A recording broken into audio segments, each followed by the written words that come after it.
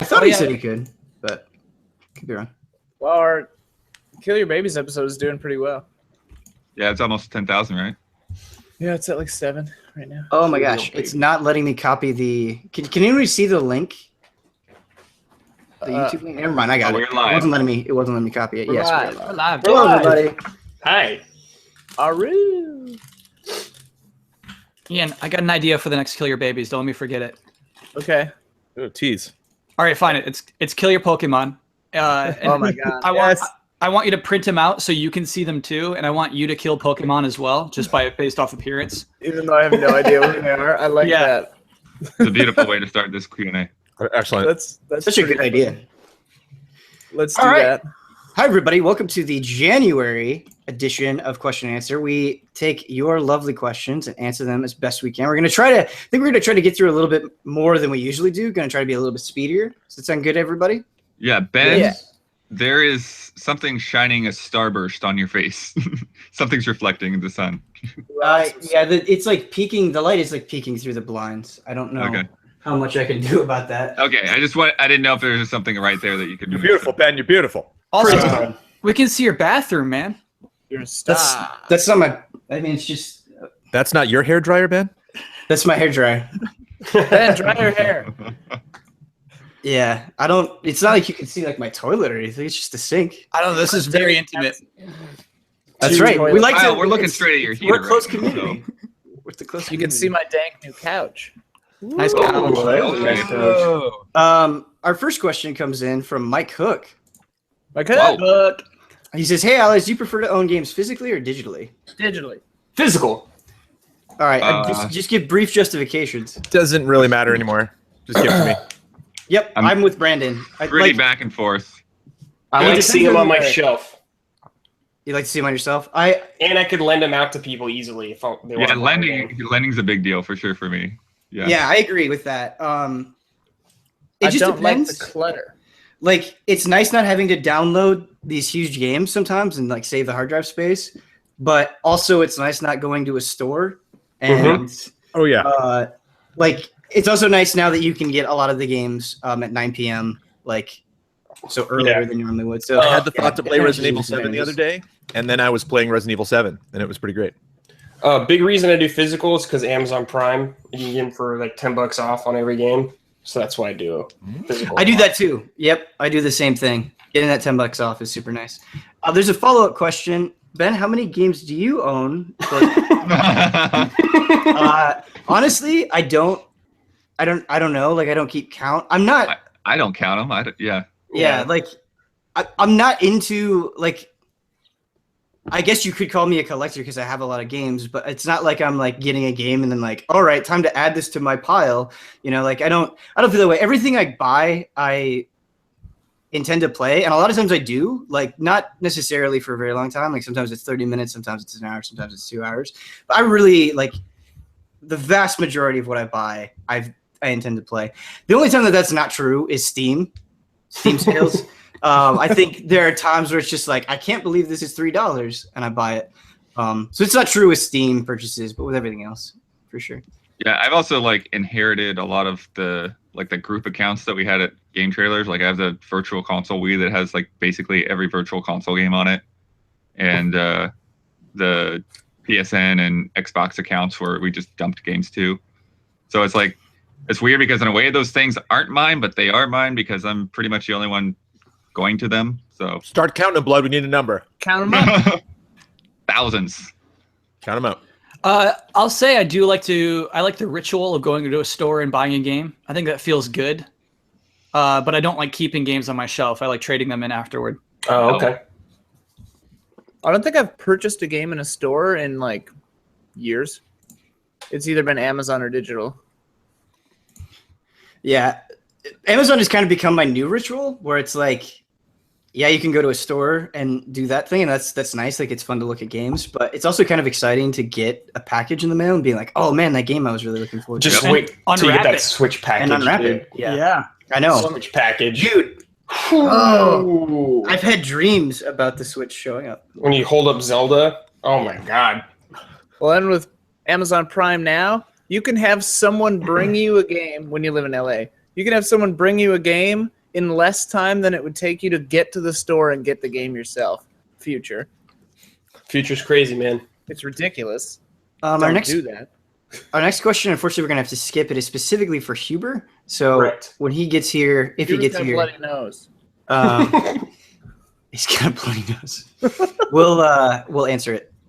All right. Third question is from Preston. He Hi, says, Preston. "Hey allies, I like this question a lot. If Easy Allies had a band, what role would each ally play in the band?" That's a big band. It's a 9-person band. Well, I'll be on production for sure. Oh, okay. Oh, okay. That's nice. That's a nice pick. I would sing, I guess. I'd take guitar or bass. I'd probably sing too.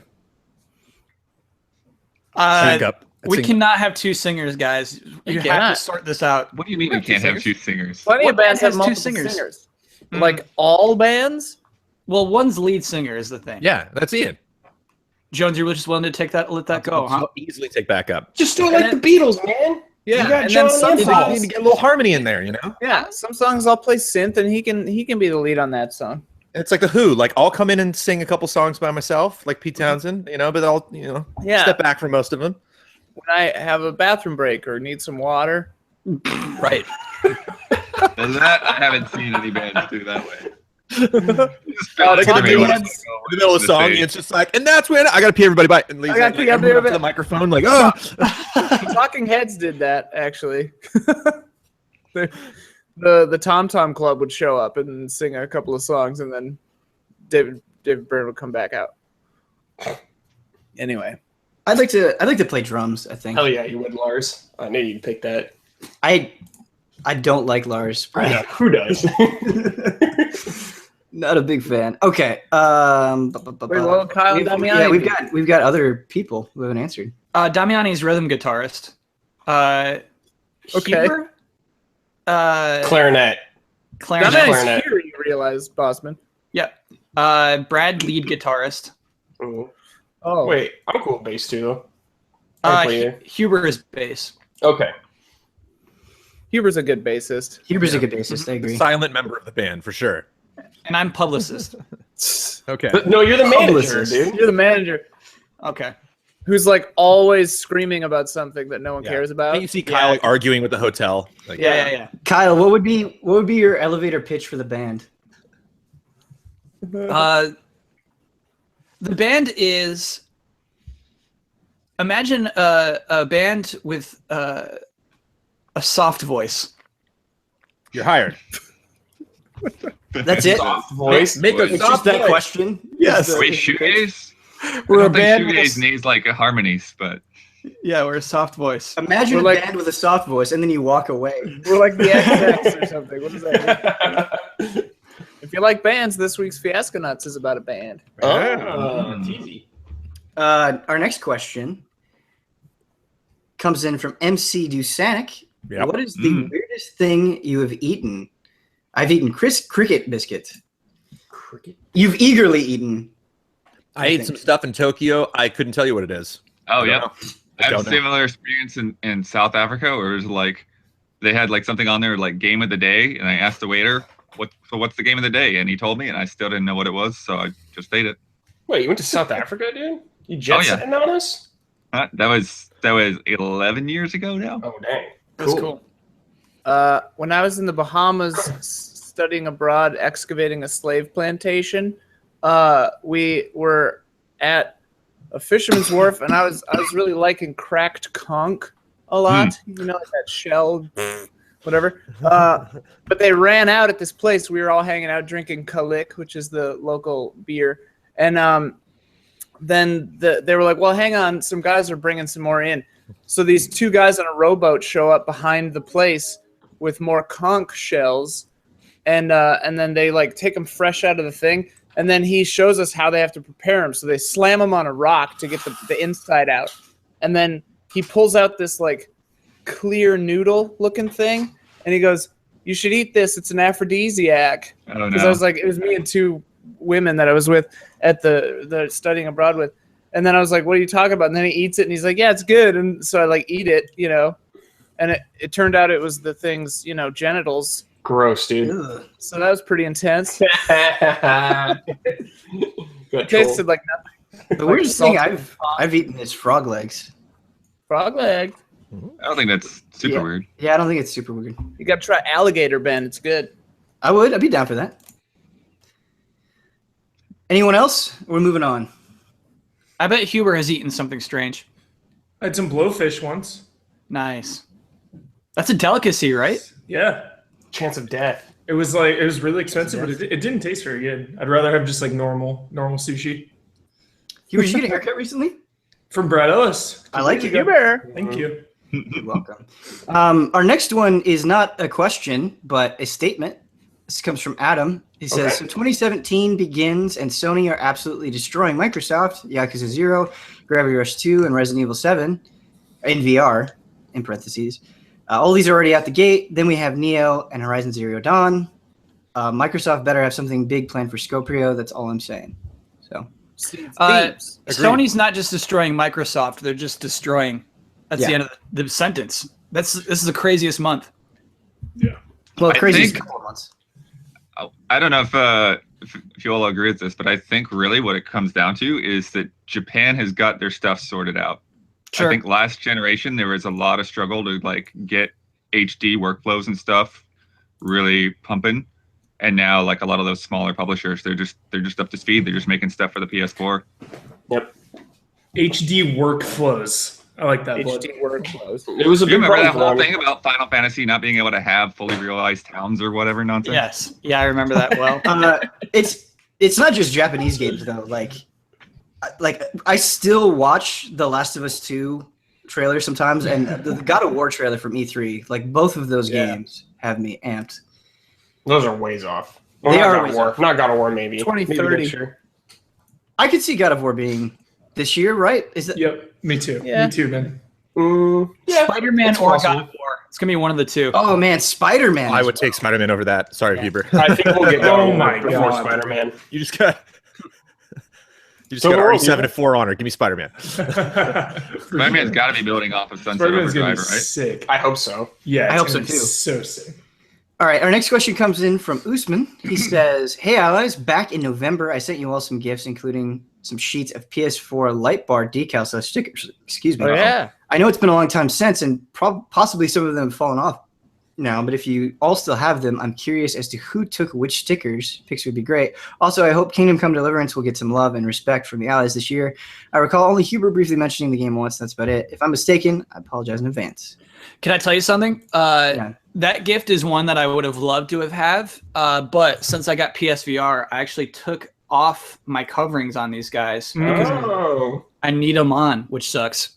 Need him for Oh, the I'm light. same I used- boat, Kyle. I used to have this taped up, and then now that I got PSVR, I don't do it. Brandon took the Batman ones, so I didn't get any. Feels bad, man.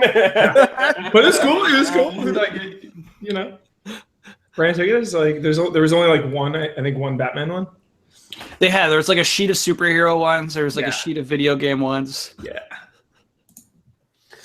Kingdom Come Deliverance. Hell yeah. Hype. Looks awesome, dude. It's the What Mafia is it? So right? hype. It's the original Mafia people. Oh, Yeah. Huber, you showed me that. That does look hyped. Yeah, it's Yeah. like a medieval RPG with like no fantasy in it, right? I think so. Yeah, it's like super super cool. realistic. Like Wow. I love the biggest thing I like. The best thing I like about it is the weapons. Like depending on the armor you're going up against, different weapons are better. So like spears versus heavy armor, or like swords versus light. It's like realistic weapon versus armor combos. They like actually tested all that stuff. So Tested, dude. yeah, Yeah, I'm cool. excited. It looks very unique. Yeah. I'm really, Yeah. really interested in that game. It was a Kickstarter game. They've been working on it like forever. Mhm. So hopefully this year we get it. Our next question, Huber's gonna like this, is from Rory McGuire. He says, "Hey allies, been a while since I asked you all a question. I keep remembering when it's already 9 questions deep. My question is this: why have none of you listened to Huber and watched Vikings? It is seriously one of the best shows. What? I am totally serious. You have to commit to watching this show. It's so good. I have watched a little bit of Vikings. And Brad's caught up. I started watching Vikings first. Ben, you're supposed to watch all of season 1 because you never finished Digimon. Uh-oh. Yeah. Ben not finishing bets. What's new? Bets tracker. Who's left? Who's still got stuff? Ben's got, what, 2 now? Ben's got to make a costume. Or Gotta make a whatever. Titan costume. I'm pretty glad for that. God, we all have to make dioramas too. 48 hours, baby. Jones Boy. gets to name Huber's Animal Crossing town when Animal Crossing finally comes out. Oh Ian my gets God. to make my Mass Effect I character. get to We need a design your real Mass Effect spreadsheet. character. I Yeah. know people have tried to track them, but we're missing them. We're losing them. I can tell you, I don't watch a lot of dramas. It's just they're 45 minutes each, and there's so many before Vikings that I'd rather watch. Vikings is going to have people killing people, and that's normally not the type of drama I like to watch. But it's Huber, have you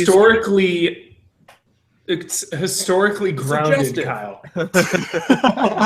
The creator writes every single episode. He's like I respect big time. Yeah, Yeah. I love that. and he's just like the history is seeping out of the show. So like the Vikings, it's all about like raiding and killing sometimes, but like the religious aspect and like the communication between different regions of the world, like people encountering other humans for the first time, like that's what I love about it. Sounds pretty sweet. Brandon and Kylie just made me realize I need to do smarter bets. Like, just like name this Animal Crossing town or make a character. Problem is, like, I always bet with Huber, and he's like, make a I don't know. robot. I'm hurt about the Mass Effect thing. Like, that's going to be Ian's character. That's going to ripple. I'm going to be using that character for 5 more years. Yeah, we're gonna make. We don't really know that though. We haven't talked about. Yeah, I moving think you're forward. jumping to conclusions a little bit there. Okay. What was the bet you guys made last night? Oh, no. Whether Resident Evil 2 remake will be third person or fixed camera angles. And the stakes were writing a fan fiction or something? Well, Or it could still becoming- be third person and be Yeah. fixed camera angles. Yeah, those are not exclusive things. Yeah. Fixed Third camera person- angles are not, basically, is the bet. Okay. Yeah, Yeah. third person follow camera. Yeah. So if it's not, I have to write a 5-page fan fiction of what Hunk has been doing since Resident Evil 2. Single space, double space? How does this? There was no. There was I There- think there- double space would be fine. There's Honestly, I some, think there's some double space would hunk be fine. lore in the Chronicles games, right? The light gun games on a Wii. little bit. Yeah. Oh, nice. Little Research. So I can like An bridge the accurate gap. fanfic about Dude, Huber, that's like, that's not even a punishment. I was like, I woke up this morning and I was like, maybe I should just write that anyway, and then like win or lose, whatever.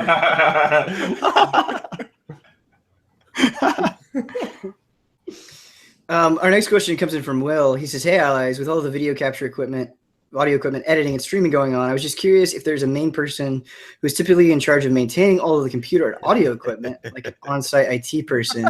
If it's not one of you who is taking the mantle, Heavens no. No. yeah, it's not. There's It's just one person. everybody. I'd love Damiani and Blood, I guess. But To see the What? computer and No, not audio even. setup you all use for streaming, if at all possible. we built I mean, if the anything- computer we use on stream back in the day. Yeah, Jones, point the camera over there. There's a. Well, okay. Hold on. Oh boy. It's basically Alright. Jones. But this is production here. It's What's going messy. on, and I got Jones? a bunch of crap. Oh, okay. I'm sorry. Oh, There's too much crap over there. There's too much crap. Okay. yeah. So, I mean, the computer we built and we put our specs up. We made a post out of it when we made that computer, I think. Yeah. The camera we use is the #1 webcam when you just go type in webcam on Amazon. Yeah, like Logitech HD, whatever. I think a lot of us are using Blue Yeti microphones like these. Yep. Sorry if that sounded really bad. These are nice though. I started with a Snowball, which was serviceable, but oh, Ian, nice. Look at that guy. Is that better? Is that more expensive? I love this mic. I got it on sale, but I think it's like 200 something. Do you use that for your songs? Yeah. We did seedlings cool, on cool. it as well. Really, all the voice acting was over that microphone. Yeah. Professional. I asked Turtle Beach to send me one of their new mics, so not quite as good as a Yeti, but Must be nice. it's okay. Yeah, just I asked them. Hey, would you send me I asked them, Gotta ask. hey, He's good. They announced Go they ahead and send putting me out a new a- mic, and I'm like, hey, can I get a mic? And there we go. XSplit. A lot of us, I think all of us use XSplit and OBS. Nope. If Yeah. not, I use Okay. OBS. Yeah. Ben still using OBS? Yep. Crazy. I've had no problems with OBS. I like that's OBS good. That's a good. lot. OBS doesn't have the tricks for me. I almost switched, but then I'm like, I Have missed you my used tricks. OBS Studio? No. Yeah, OBS Studio has all the tricks. Oh, Got okay. all the bells and whistles. I'll look into it because I'm getting a little fed up with between XSplit. scenes.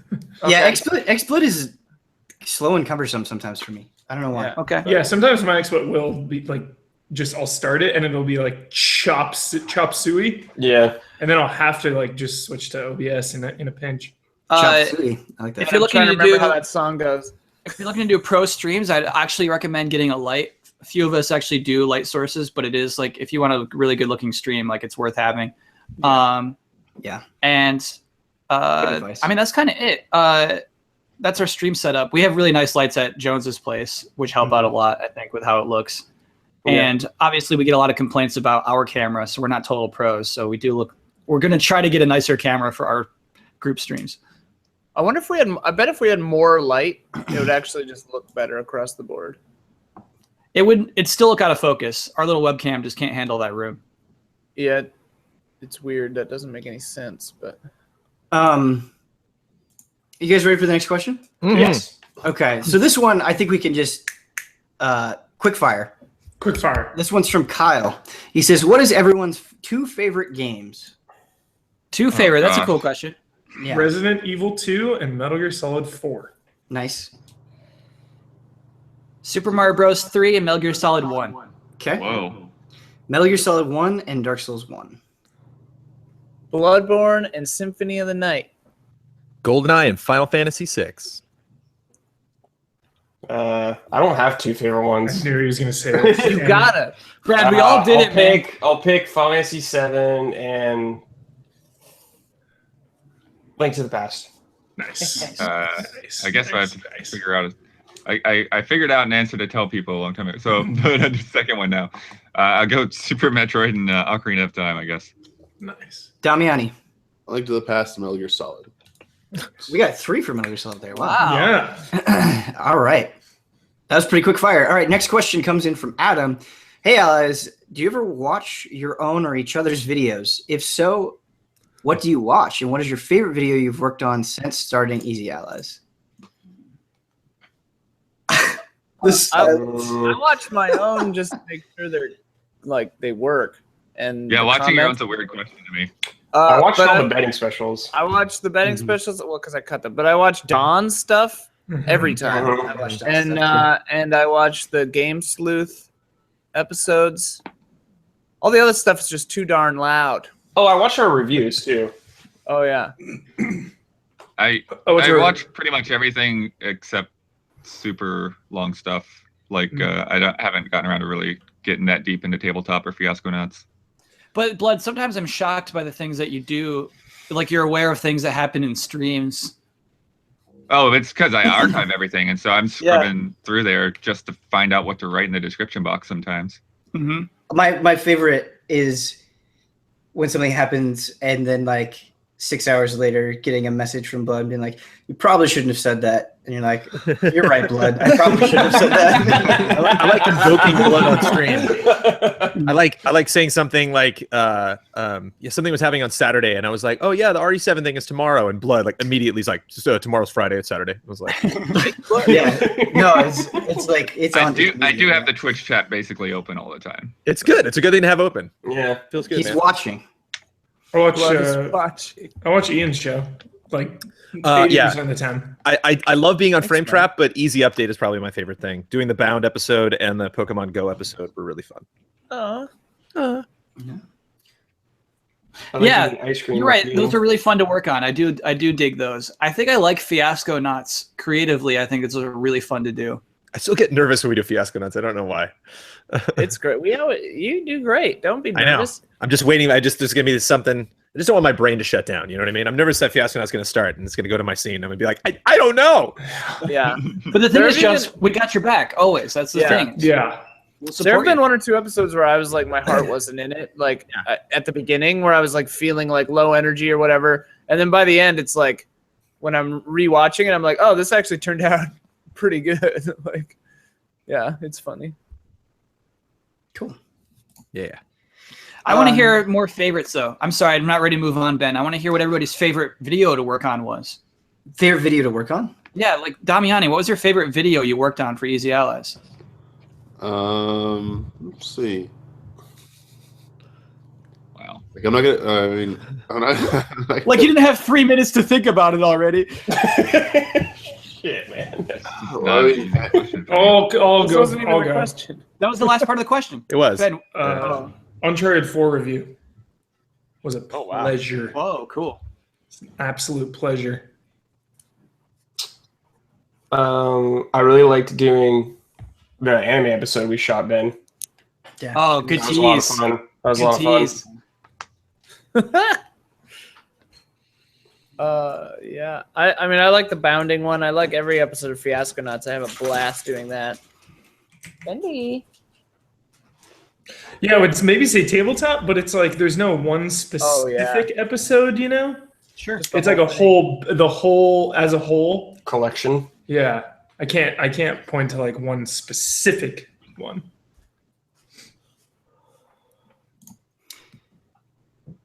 Our next question comes in from Professor Miller. Sorry, really quick, Ben. There was Yeah. there was a Huber question at the beginning that we were holding for Huber. Oh yeah. Yeah, good call, Huber's Brandon. Good call. It's from Michael. He says, Huber, what do you think about Project White, a Viking monster horror game that is going to be released in 2017? There's a trailer out. Have you heard of this, Project White? I have not seen the trailer. I know the concept. It looks incredible. You are the like vampire creature, and humans are trying to exterminate your kind. But as time goes on, your creature becomes like more powerful and capable. Whereas in the beginning, you're like this like baby and like helpless creature. Very excited about it. I think it's a ways away, but I did not know there was a trailer. So I'm gonna watch that immediately when this is over. That sounds really cool. Yeah, it looks The cool. premise, yeah. Yeah. Awesome. Okay.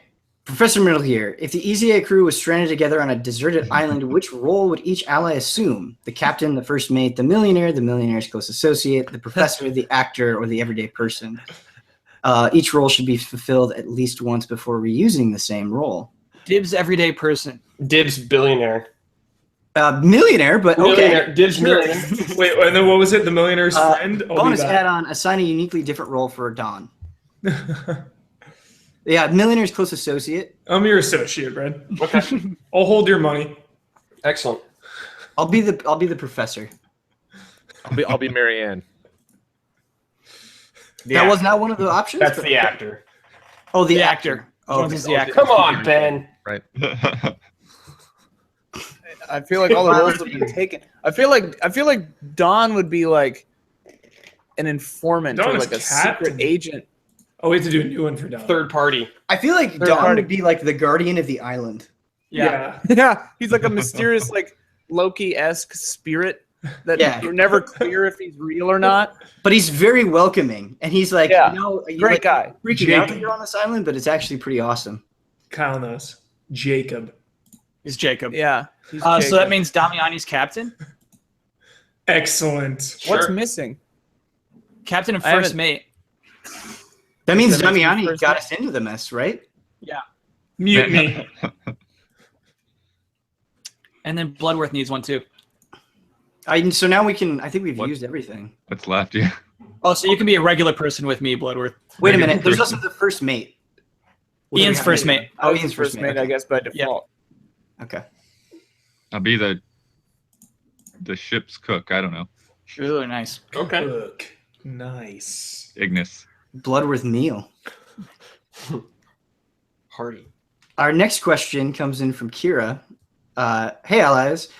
The tabletop group, if you want to chip in, please do so. Since the core group has been established for the campaign, have you guys considered bringing other allies or friends into the story as side characters, guest stars, or even recurring characters? It's definitely something that's been thought about. It's just there are a couple of problems that, like, the reason it is the format that it is and why it is the crew that it is because we shoot for so long. Like, when we go and we shoot tabletop, it's like an 8-hour thing. And so getting other people to do that can be difficult, but certainly not opposed to the idea. don't know if anybody else has anything to say. We also do, like, occasionally we do side stories. Like, we've had Brandon in there with different characters for episodes, and I'm sure we'll do that again. I got some ideas we could talk about later, Ben. Whoa. All right. Whoa. Dropping lots of Cool. teases, Brad. Lots of teases. Brad the tease master. We ain't got enough mics. That's a big problem too. Yeah. Also, it's hard enough just with the way we shoot to like remember what's going on with everybody as it is. So making it more complicated would make me a little bit nervous, but like I said, not opposed to the idea by any means. All right, next question is from Bradley. Allies, I know at least Ben has said in the past that he thinks people on your side of the industry could do much more if they understood more about development. Do you all have any specific areas which you would want to increase your understanding or experience? You all have such different backgrounds and so many different things right now. So it'd be interesting to hear your thoughts on this. I've recently gotten into listening to old GDC talks while working, and I don't know if it's totally changed my gaming experiences or anything like that. It really has opened my eyes to how interesting that part of gaming can be beyond just the tech, but even just understanding the way players behave, the way people have to think about rules and design and consequences, etc.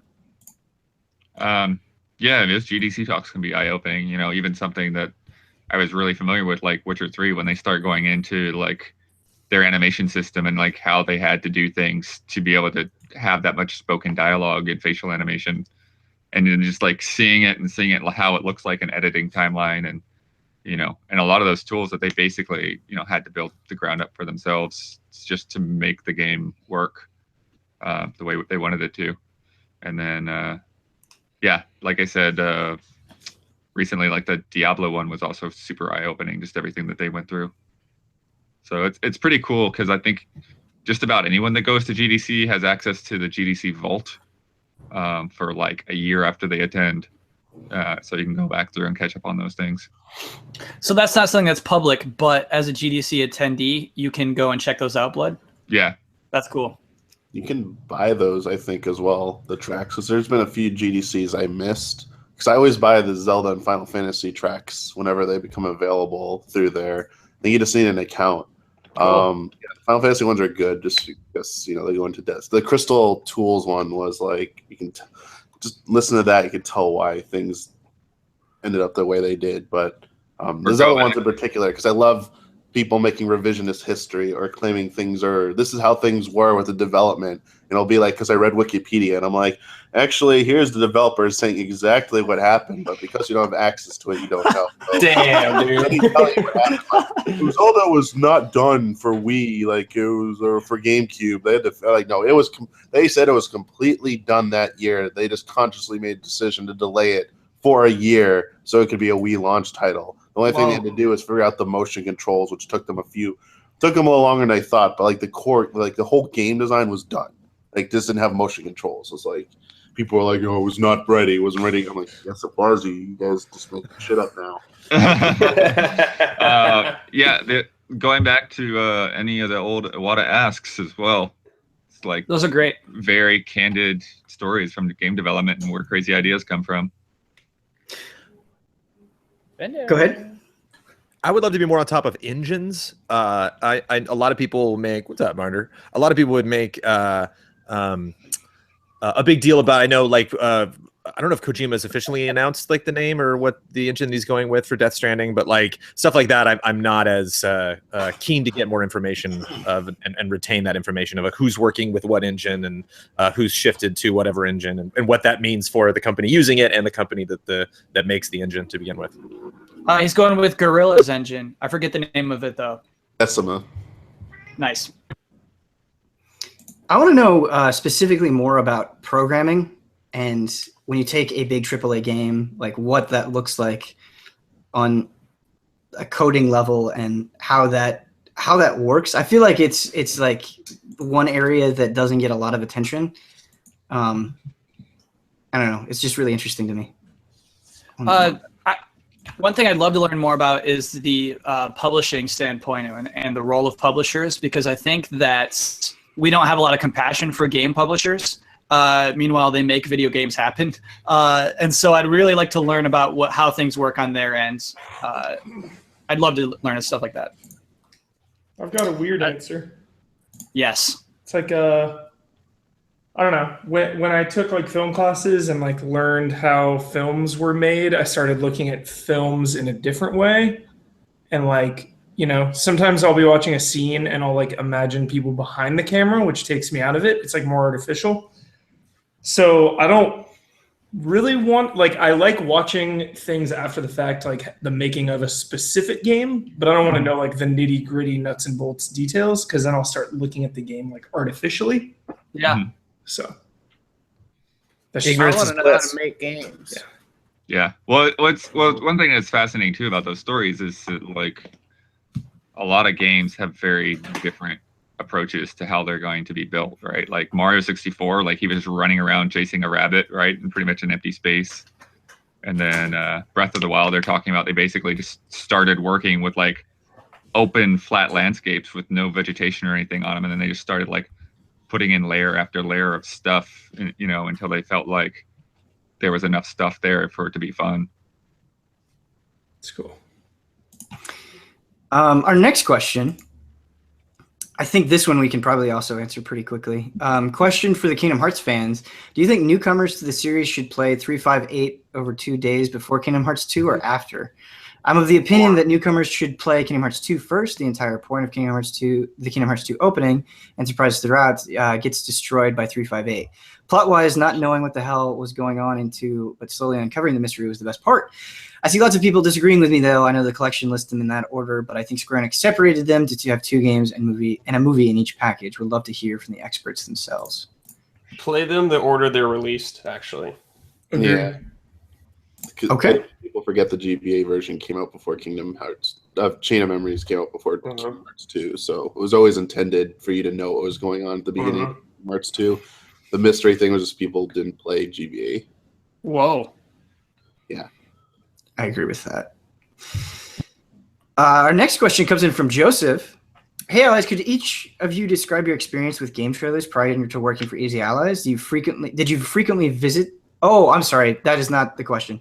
Hey, Allies, could each of you describe your experience with game trailers prior to working for game trailers? Did you frequently visit the site and forums? Were you a casual fan, or are you unaware of its existence? I'm also curious of your opinion of this, if the site changed at all upon being a part of it. Super casual fan, because I thought it was Spoiler City. I was a hardcore fan. On the fringe. Game trailers was my favorite before I worked at it. Like, I was there every day and I watched everything. Retros were the best, though. Yeah, for sure. Yeah. But like reviews and stuff, I would always like try to maybe watch them after the fact. Sure. Oh, well, and to be fair, and like, I remember a specific editor that was bad at it. Like, you're right, Huber. Like, some of those old game trailers reviews, it was like, you just showed every boss in the game. Yeah. You know? Like, it definitely happened, for sure. I have to say that I was pretty unaware of game trailers before the job opportunity came up. When I was at G4, I'd heard about game trailers, and I thought they were just like a trailer company. I had no idea that they had all this other stuff going on. It's like, oh, like I actually get to write here. Okay, cool. Yeah, I'm like Blood. I mean, I was aware of game trailers before I worked there, but I straight up thought it was only a site that hosted game trailers. Because at one point, Jones, correct me if this is wrong, but when game trailers first started, was it only just trailers? Or did you try to put? Because I just remember going there and just downloading trailers and stuff because I wanted to watch them, and it was like the best place for me to get them. But when I interviewed with like Shane, he made it sound like forever they had been writing like reviews and stuff. I'm like, I don't remember seeing reviews like years ago or something when it first started. God of War was the second one. It was the first one I worked on directly, and then Brothers in Arms, I think we did, was the very first one. But and then the first event coverage we ever did was E3, like the year before that. We did like a Booth Babes video and something else. Yeah, because I was talking about like 2004, the very like beginning. Yeah. I try to encourage fans to watch the God of War review to see the origins, to see the beginning, to see what it was like then versus now. Oh yeah, way different. Yeah. I used to watch every review that went up. Wow. for games that I would not play, because that was basically, to me, going to GameTrailers.com, I feel like I got that game if I watched the Game Trailers review. So I really liked that. I didn't watch the podcast. I would watch every retrospective. I loved Pack Attack. I would watch Pack Attack every Sunday. Sorry, go ahead. I used to watch. I used to check it every day, but I would watch a lot of like the Screw Attack stuff you guys did with like Yeah, I the did Video too. Game Nerd and all that stuff, and mostly retrospectives. And you guys had they had the best like quality of trailers, Mhm. so I'd always go there for all of them. Video Game Vault is another one that I would watch. The Screw Tech videos that I would watch a lot. Yeah, I was thinking about that show recently, Ben. I think the Video Game Vault was actually really cool. it was, and it was the perfect length too. Like they had Yeah. a really good format for it. Yeah, The thing was is sometimes like there would be things that they really didn't get that into. Like, Yeah. just kind of, and I remember, I can't remember what game it was. There was some game that like not a lot of people know about that Justin Spear was a huge fan of, and Video Game Vault came out and kind of trashed on it, and he was so mad. Oh, Justin. poor Justin. As for the last part of that question, I think everyone here had a huge impact on game trailers. You know what I mean? I don't think it'd be the same without anybody there. I mean, Brad came in kind of late, I guess, but like, yeah, everybody had a big impact on it. I definitely think you can divide game trailers into arcs. You know. Yeah. I joined it when the sinking ship arc is when I joined. Yep. Actually, I mean, Brad, you were there for all of Defy, though. Not all of it. A lot of it, though. Okay. Yeah, like the neglected stepchild arc. Then because you were never at the Viacom office. Yeah. no, Yeah, you were there right before the plane crashed into the mountain, and then we Yeah. all jumped out and made something way better. Now we're in Temple of Doom. It's great. yeah. Their next question is from Noah.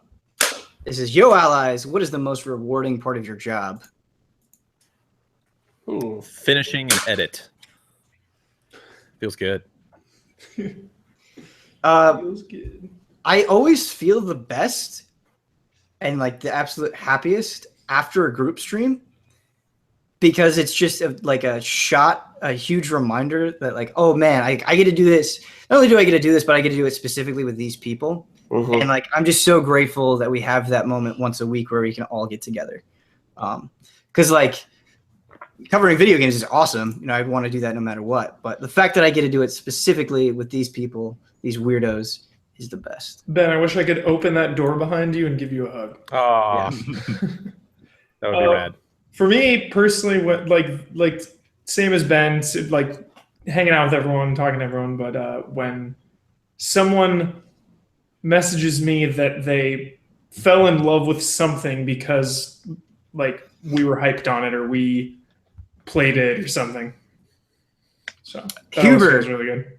I Like the Yakuza. Yeah, I was love just out gonna say there. that. Yeah. That happens pretty regularly, but it's been like a flood with Yakuza. Yeah. Like 50 people are like, "Hey, I'm checking out Yakuza," which feels good for sure. Everyone's stoked on it. Yeah, The good people that one. have played. Putting together the big reaction streams. Like, I love seeing you guys get excited about stuff.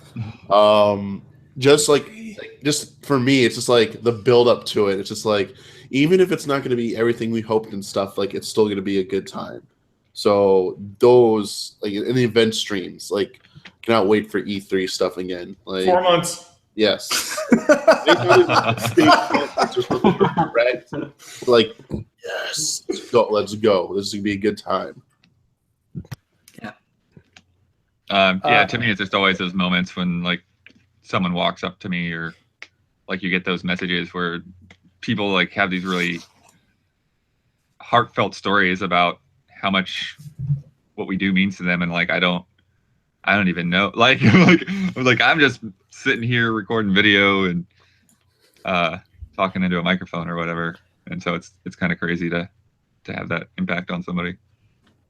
Yeah, kind of to second that. I mean, it always feels good when a video goes out and is well received. But yeah, like some of the comments I've gotten by people just saying like the positive impact we've had on their lives and stuff, it like blows my mind.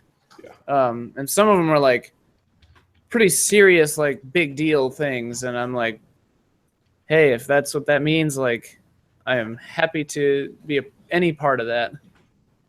Yeah. Kyle, Brad?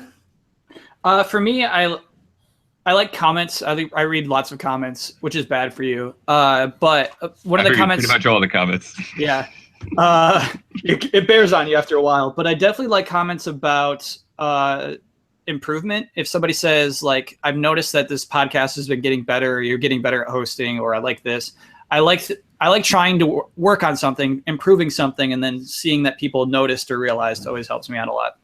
That's pretty gratifying. Yeah, Kyle, I second that statement. Kind of like with my newest review, I had a lot of people tell me they think I'm getting better as a reviewer and everything. I'm getting faster at it. So it's nice seeing myself improve in that kind of thing too.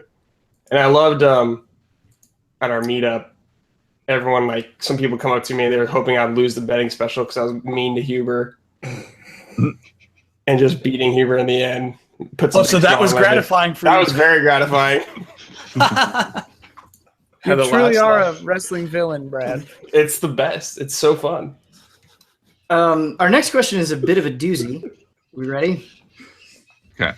It's from James. It's kind of a long question, so bear with me here. There's something I've been wondering about for a while. Do you think it hurts game journalism when journalists attempt to disengage from it? A surprising number of game journalists attempt to undercut the whole idea of games journalism by claiming to not be journalists in the first place, or by mocking the idea of something as petty as video games being associated with journalism. A staggering amount of these people seem to try to shield themselves from any kind of recognition or legitimacy. What is your opinion on this? Why does it seem like the industry as a whole has an inferiority complex? Whoa. That's a great question. I would say I'm not against people like claiming not to be journalists, but anyone who like trashes on someone for being a journalist, I don't agree with. Right. Yeah, for me, it's been a bit odd. I don't exactly know how to take it or express it sometimes, because it's like yeah, there's investigative journalism, and I can understand like there's not a lot of that.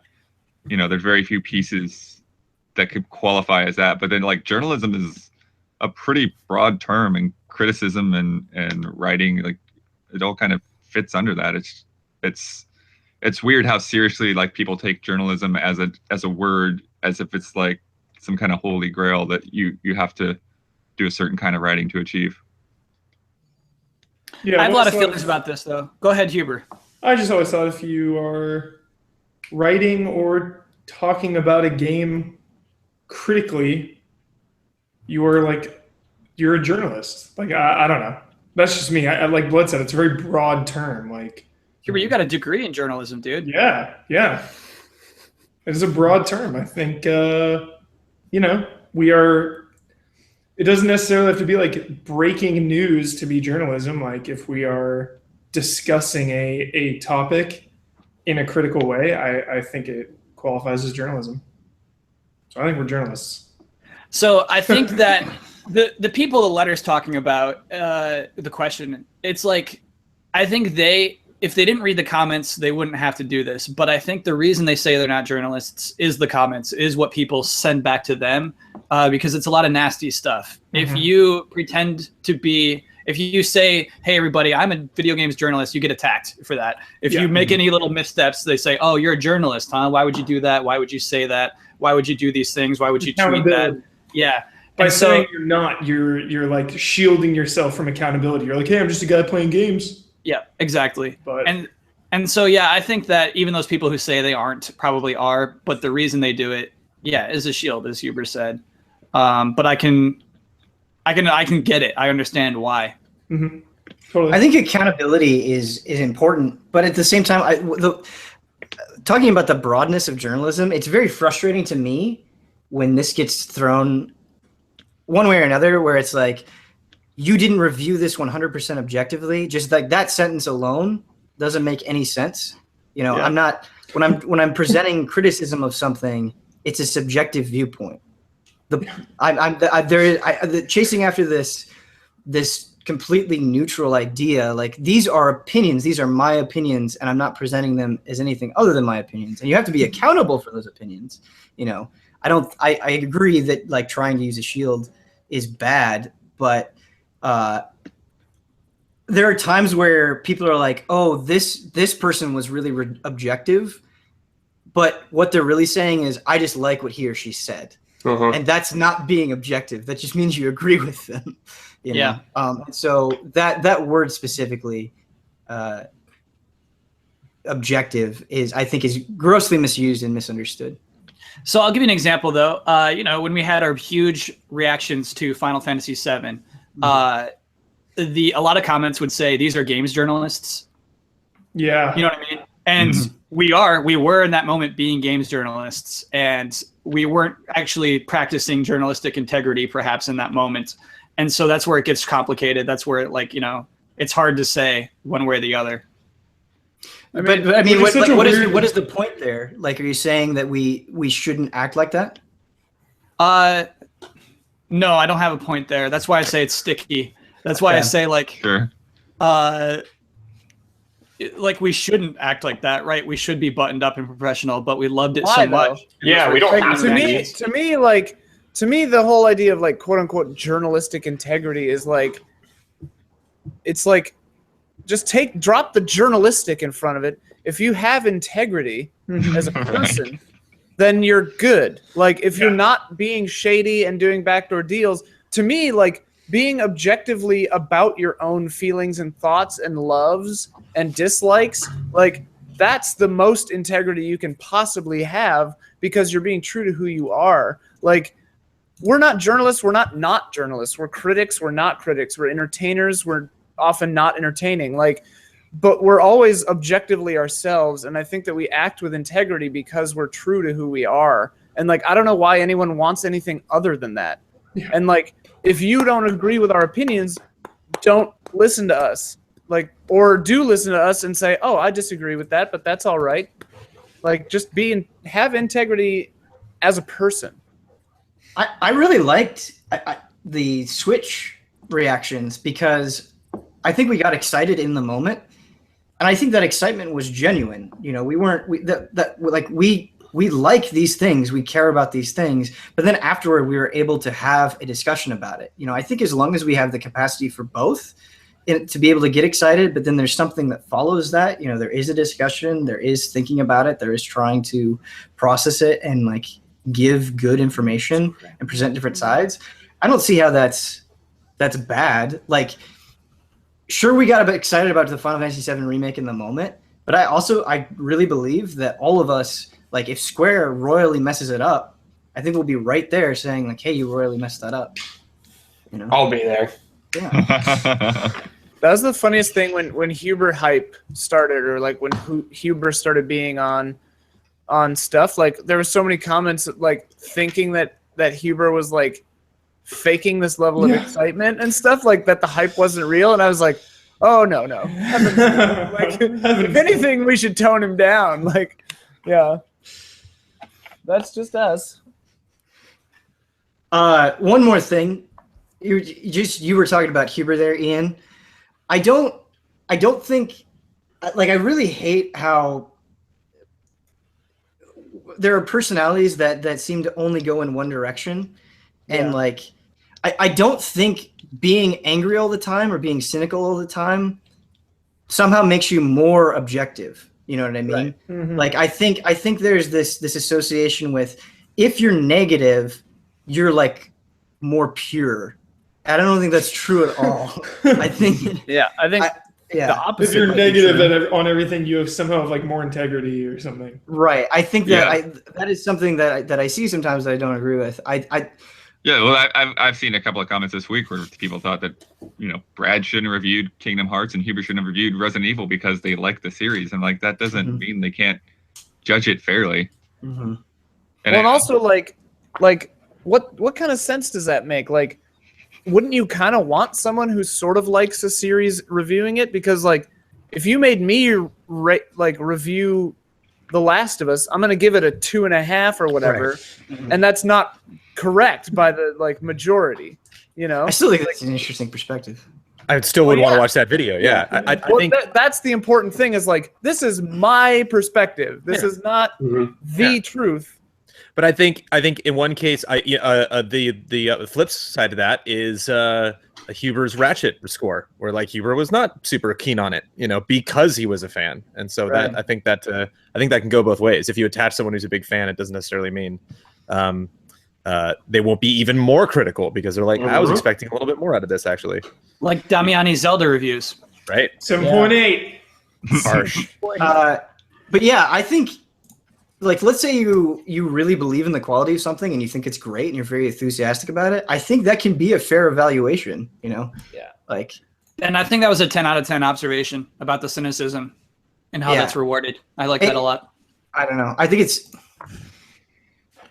I like growing up with video game magazines. If you go back and you read them, I think there's good criticism there. Like, they're not giving every game, 9 out of 10 or an 8 out of 10. But I never got the sense, like, there's also a joy of games. Right. And I feel like with the YouTube age and just anger and, all of that stuff, that's kind of gone away. And like, I'm glad Easy A genuinely enjoys games. I've received compliments that compare us to 90s journalism, and I'm like, I'll take it. Yeah, Nice. If we're that to you, awesome. I want to say one thing though. I don't always agree with I do agree that sometimes people value negativity as being more authentic because they don't think you're whatever biased. I will say though that there is a other perspective I'll offer because it kind of comes from me. Sometimes there's a way to be, I don't know, happy, or what you're seeing you are appreciative of, but your outward reactions might not always be reflecting what you're feeling inside. Just because being in the atmosphere of being in games journalism, the whole mantra of you really shouldn't be showing too much emotion on the outside.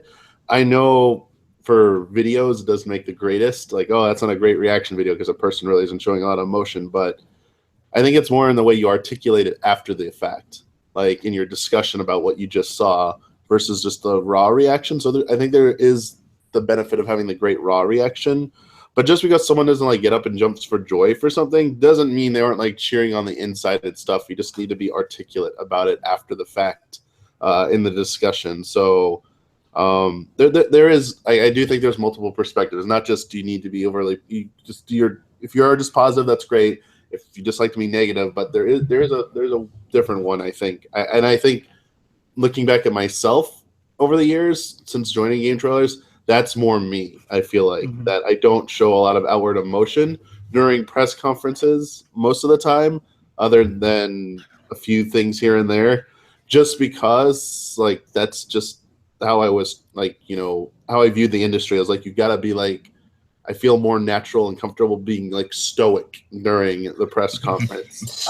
I don't want to imply that I like, if you enjoy something, you have to like jump up and down and scream about it and be super excited. I wasn't trying to say that like you have to express that emotion in that way. It wasn't it wasn't aimed at you. It's aimed at like these people to like understand, like it doesn't have to be this or that. Like just understand people come in different types and stuff. So Yeah. people have different ways of showing, their emotions and stuff. So don't just assume it has to be one or the other. Like try and, broaden your horizons a little bit and like think about it.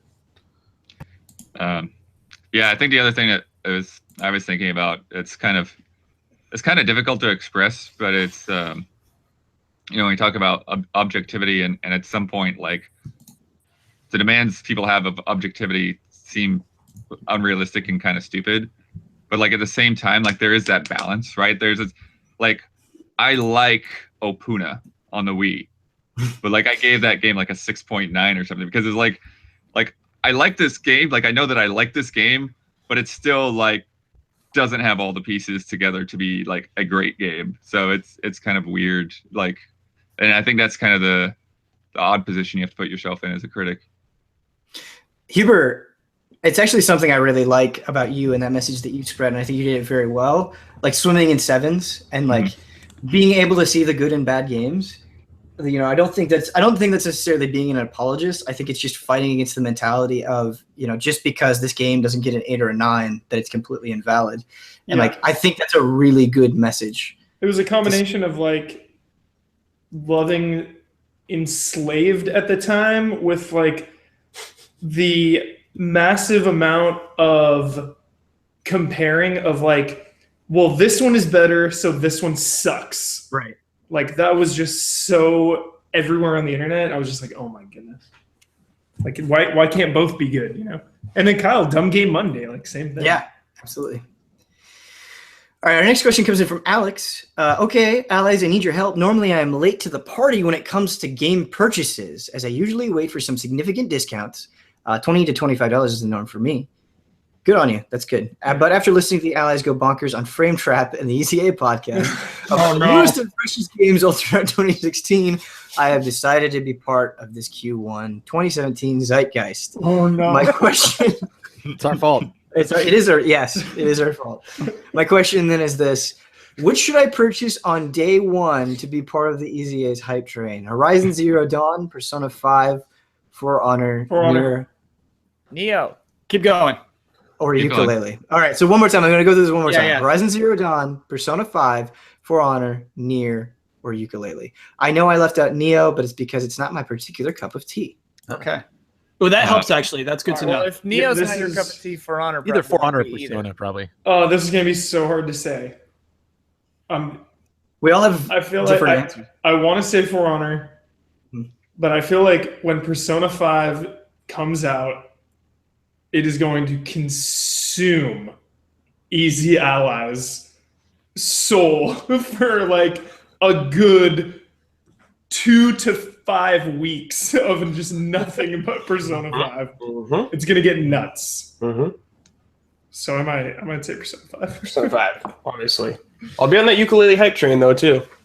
Yeah, here's the thing, and I keep saying this, but I think it's worth reiterating. Any of those games, you're not going to regret your purchase.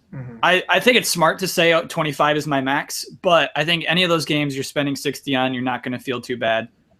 Isn't Ukulele cheaper than that? I think so, right? It's like I Maybe think so. or 50. Okay. but I don't Another reason I would say Persona 5 is because I'm staring at all of you allies right now. Every single one of you is going to play Persona 5. Huber, I don't know, dude. You're playing Persona 5. No, Kyle, 100%. I asked you multiple times and you said yes, you will play it. You're right. This is- I did promise you, Ben. I You promised did. I would You Yeah. did say you would play it. Every ally will play Persona 5. Kyle, day one. can I say something? Yeah. Maybe I'm assuming too much here. If I am, like, correct me. But it seems like you don't like it when people are like, "Kyle, you got to play this. Kyle, you got to He play." hates that. Like, Yeah, you right. want to go He off in hates your that. direction. Yeah. But I just want to say that, like, that's I had to fine. keep my promise. Yeah. You just promise it. That's all. What about Damiani? Are you playing Persona? Of course. Why would I not? Oh, okay. I didn't know. I didn't know you were into it. Sorry, Jones? Kyle. You're the only one who doesn't want to play it. What about about Jones? Jones said he would Brandon? play it too. Well, Oh, that game Brandon looks played it. gorgeous, man. Okay. Okay. Okay, You're- we're all you're playing like it. you're a bunch of cat women running around and all over that, man. They're like superhero burglars and like ripping off rich spooky people and like It's a 10. It's already a 10. Yeah. I think this is a pretty much like everyone's gonna play it, or at least is Yeah. expressing some interest in it, except for maybe Kyle. it's like Yeah. blood like Fine. bleeds out of his eyeballs and then his face lights on fire and then he's a superhero. Like Yeah. let's do it. But you're gonna play it, aren't you? Yeah, I think so. And we've played it, Ben, and oh We have. boy. It Oh is really boy. The thing that's tough though is like if I was Alex in this situation and I was watching us, I know that like when Horizon comes out, there's gonna be podcasts talking about it and it's gonna be really exciting. And For Honor, obviously, same thing's gonna happen. Nier, same thing's gonna happen. Ukulele, like we're saying Persona 5 now, but just I don't know. It'd be hard limiting it to one. All right, next question comes in from Hudson. Hey, allies. My question. Wait, actually, can I just add on to the last thing real quick? Yeah. Just say No. Okay. No, Ben. Add on, baby. 2017. We're in January. 2017 has already been a great year for games. Yeah. Yeah. Like everything I've played has been beyond good. We're gonna remember this one. Well, We are going to the remember annoying. this one. That's the annoying set of comments too. Is like, you guys are just giving everything 4 stars or 4.5 stars, and I'm like, I really it's think, really good right now. yeah, I they're don't know all what you want to really do about good. it. One of the greats. Like exactly. Like we're not going to just say like, oh, we've given a lot of 4 stars, so we're going to give this one a 3.5 just to mix it up. It's like, no, like And they this all is a came from 4-star different game. It's frustrating. All right. Anyway, Hudson. Sorry, Hudson. My question for you all is something I was going to present as a game, but might benefit from a full panel. You're tasked with introducing one of your close friends to video games for the first time. Assume they have no prior experience and, more importantly, no bias or knowledge. Being their friend and the resident video game authority, they have asked you to present them with some games to get started. They will play these games in order, and you can assume this section will shape their preference and view of the medium. You are allowed to pick any 4 games to present to your friend, and keep in mind while playing them in any order, they may learn to appreciate later selections based on experiences with prior selections, as video games have certainly evolved over time. You can also assume they will have no complaints about older games, mechanics, graphics, gameplay, feeling dated, else they appear after another game in the selection that would cause them to form this opinion. So essentially, until they start playing, they're a blank slate. So allies, what games do you select? Feel free to do fewer games if it's a time issue. I'm gonna cut it down to 2. Can we cut it down to 2? Is that cool? Yeah. Sure. Oh, jeez. Street Fighter 2. Oh, yeah. Oh wow. Whoa. I think a fighting game is just a great intro. It's just like you press a button, the thing happens that's very obvious. You press it again, same thing happens. You jump That's up, cool, you move Jones. left, right. Like And then they get frustrated because they're terrible at it and never play video games ever again. that's a part of video games. It's good that you learn that very early on. 2. Did you do a second? Oh, 2 per person? Yeah. And then probably something like Tetris, something puzzle based. Nice. Not to steal one from you, Kyle. I would say Super Mario World, because I think it's a good mix of like the action and platforming as well as like the exploration, finding the secret paths and everything that is involved in that game. And then Final Fantasy VI, get a good meaty chunk in there, some good turn-based combat, item management, some dramatic scenes. Those scrubs can't handle the Esper system, dude. It's not that bad. I also was going to do a Mario game, World or 3 maybe. And then I was going to do Bloodborne because why not? But then I think actually... Welcome to video games. Suck it! No. But then I was thinking like Portal might be a good choice. Yeah. Because you get puzzles, you get third person, you get 3D. Story. Or first person, you get 3D, you get story, and you get puzzles. Good So pick. it's like a shooter and a puzzle game, and it's 3D, so you get the camera controls. Yeah. I'm gonna say Counter-Strike and Metal Gear Solid. Hubert, do you think Counter-Strike would be a little intimidating to somebody that has never played video games for a single second before? You're throwing them in the Absolutely. only. Absolutely. They're going to die. They're going to keep dying, but they're going to learn perseverance and resolve. But I mean, they've never controlled any video game. They're going to get destroyed, but if they just put the time in, when they get that first random kill, because they're just spraying around, it's going to feel really good, and then they're going to get confidence. Then they're going to start pulling off headshots. I want to try this. I want to try this experiment. I want to take somebody that's never played video games and throw them into Counter-Strike and see if they do have that determination. Yeah. I'd pick Super Mario World. Gotta have that simple, good pick. easy to understand depth if you look for it. Then I'd pick World of Warcraft for the other one. Because I think about my brother who stopped playing video games after Super Nintendo, can't even aim with 2 analog sticks. Then he started playing WoW and just kind of learned. It starts off really slow and eases you into it. He's hooked. He's addicted. So sometimes I get this with TV shows and video games where you have a very specific recommendation and then the person says, I love that. What else is there like that? And you're like, oh, there's nothing else like that. So I'm going to do The Last Guardian to open it up, say, here's what video games are capable of. This is how great they can be. And then the next game is Call of Duty Ghosts. And that is to say, Just set expectations. Like, this is the other side of video games. This is what else you can expect out of video games. Oh, This is the entire scope. I love it. You say ghost. It's not, child. but yeah, Oh. you can get far worse than Call of Duty Ghosts. But yeah, Oh, it's fun. Hey, Kyle, they're gonna pick something way worse than that. People said a lot of the stuff I would say, so I'm just gonna add Captain Toad's Treasure Tracker. Great puzzle game. Great puzzle game. Great puzzle good game. puzzle Great game. puzzle game. There it is. Zenith of the puzzle genre. We've done it, boys. Feels good. 2017, everybody. I think just because it's been so impressive and exciting for so many of us, if somebody's never played games before, I'd want to put them in VR. I want to say, Sure. look at this, be in this world. How does that feel? Throw up everywhere. Yeah, For the want to first time. I mean, I wouldn't do like something super intense, and if they were getting sick, I wouldn't want them to go through with it. But that, and I don't know. I also kind of maybe want to do Minecraft as well to see Oh yeah. if they like that freedom. That was a good question. Thanks a lot. Thank you, Hudson. Our next one comes in from Alexander. Greetings from Russia. Gaming gods have decided that 2018 is the year of the backlog. No game will be released in 2018. All game development will be put on hold. You'll Thank be goodness. happy when you hear such news. How will EZA operate during this time? So, what will you be doing? Oh, the And year how of will retro. we be Oh, that'd be functioning? great. Yakuza. That's That'd be what I'd so be good. doing. That's what I'd be doing. I probably still wouldn't catch up. Actually, I wouldn't get anywhere close. I used to have these lists, like these backlog lists that I just keep on my desk.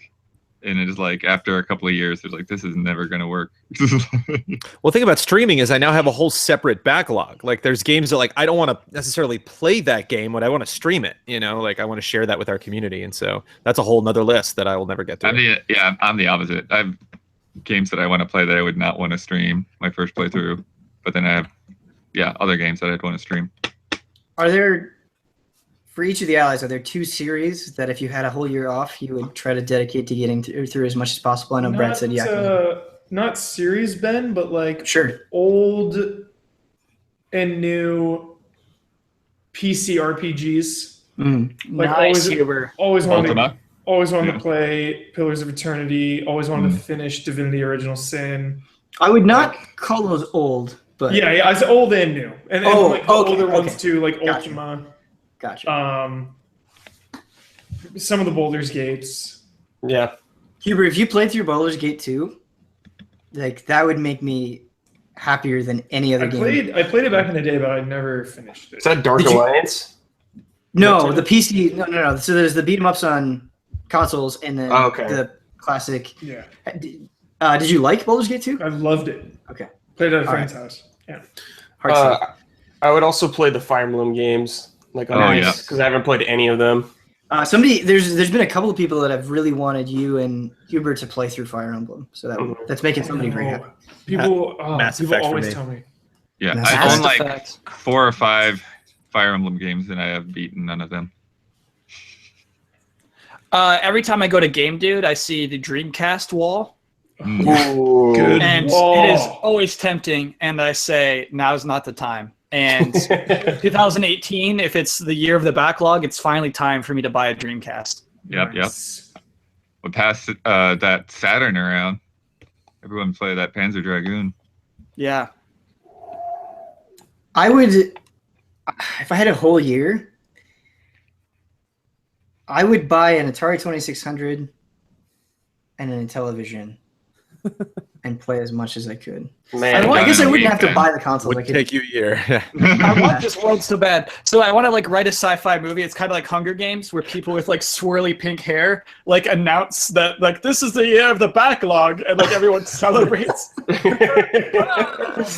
But then when 2019 comes, it's nuts again.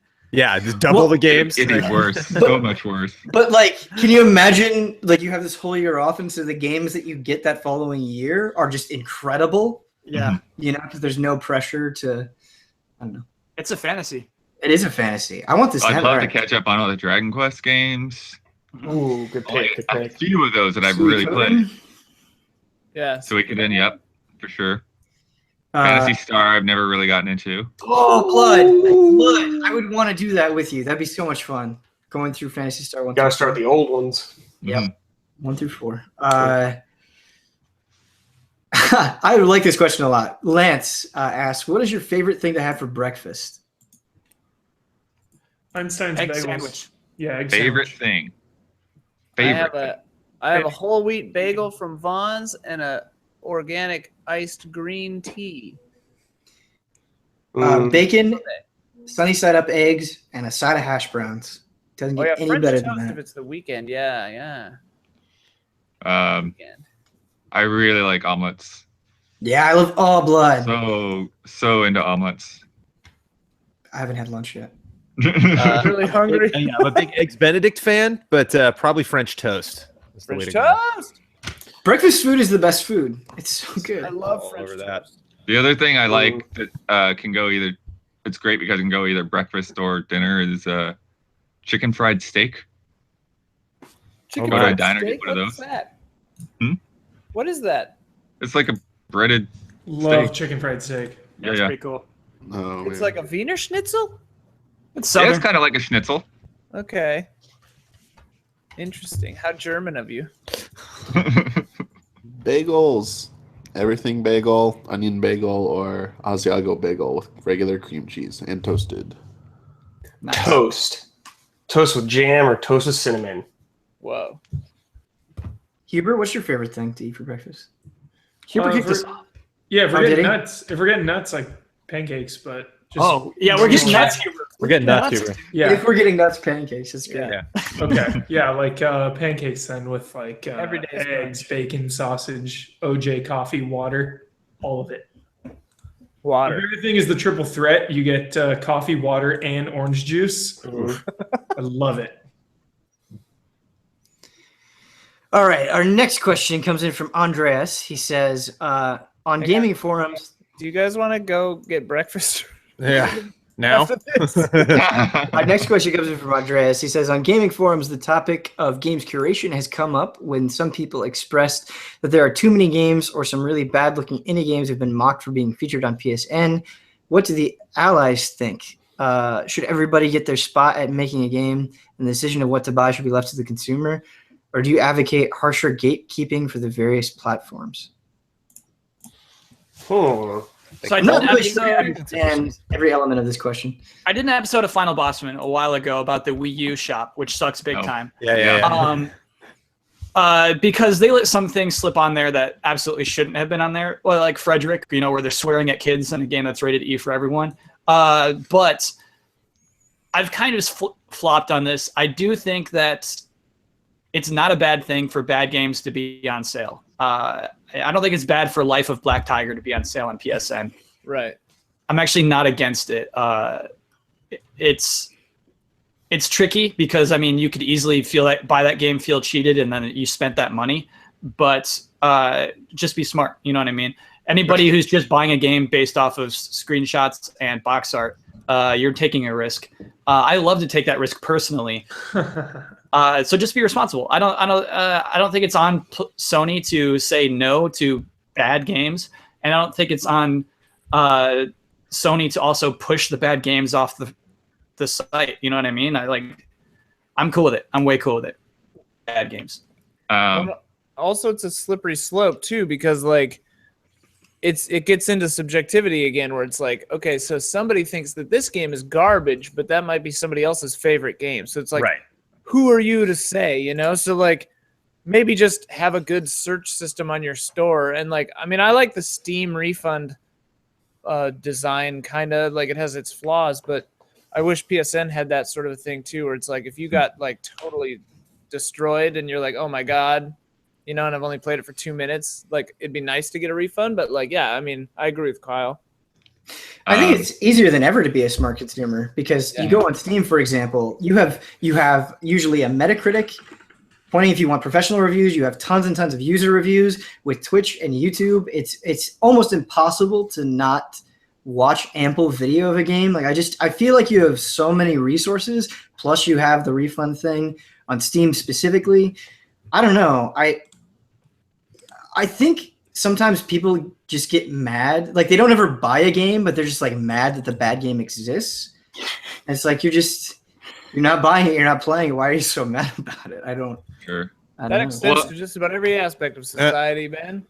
I think some of that garbage though can make it hard for other small games that are good to stand out. And that's the thing. Like when you bring up the Wii U shop, like that is one spot where, man, there really are games on there that should not exist. Like there really are games that look like they stuck something from Notepad on a screen and then spent 5 minutes to like animate something move across, like there's just like nothing there, or like they've exported something from, some out of the box thing and they didn't really do anything to it. And they're some are straight up copies of other games, which is not okay. Yeah. So it's, there's definitely a line, I think, and especially if in terms of like how, often something freezes. I don't know how many tests that they go through. I know there's definitely that pass that exists at Sony in places, but I don't know what those standards are. Do you think with the Wii U shop specifically, Nintendo shop specifically, it's just because they're poorly organized and they don't have a lot of information about what you're seeing? I don't know. I think that they like genuinely wanted to be open to small developers, but have a hard time, finding that balance of like, what's just somebody, trying something out on their own and is, actually worth your time, and what is somebody just throwing garbage on the shop to see how much money they can make and not really caring. Nothing was worse than the DSi shop. Mm-hmm. Yeah, because I think that's the thing is like if you make a catchy name, like you're basically just trying to hoax people. I think that's where some of those things fall. What was the Xbox Live Arcade for indies called? ID at Xbox? I think before then on the 360. Oh, I know what you're talking about. I don't remember the name of it. Xbox Arcade? No, I thought it was just Xbox, like just indies. Like I didn't. Yeah, I forget. There was like a subsection. Anyway, Right. I think there was a lot of trash in there, but I've seen some like beautiful things come out of that, and like that to me makes it all worth it. That there are some good games that people with small budgets and small teams are able to put a game on the Xbox 360 is really, really cool. And I think that was kind of a good way of doing it because it gave you that sense that, this is people that are kind of doing things at home and trying things out. And, it's not guaranteed to be a hit. Yeah, so maybe that's the way to solve it, is honestly to just have a different section for stuff like that. Kyle, the other thing about the Xbox 360 indie program is a lot of those games are priced extremely reasonably, like $1 for the vast majority of them. And the other thing that you made me think about is on Xbox Live Arcade specifically, you had to have a demo if you wanted to put a game on Xbox Live Arcade. And that's such a smart idea. Like, I wish. Is that still the case? Not anymore. No. Kyle, are you thinking of Xbox Live community games? Maybe that was it. Maybe that's what it was called. All right, our next question. This one is complicated. All right, Caesar asks, I apologize, Ben. Last month I made it too complicated. This month is easier. If Mr. Michael Damiani is on the panel, please just keep reading. Else, go to the part labeled group question. Okay, so it looks complicated, but it's not that complicated. All right, so Mike, this is for you. Let me take you back to the GT Viacom era. A pop fiction video was released on the subject of Totaka's song and someone uncovering the tune in Wii Sports. Ooh, this is a good question. I'll be honest, at the moment of watching the episode, I thought, well, I don't hear it, but cool finding. About a week later, GT released a video retracting the verdict as inconclusive. What happened that time? Was there no skeptic that said they didn't hear it either? I read to the question to Damiani as the head of Pop Fiction, but if anyone else has some info on the subject, it would be cool to hear it.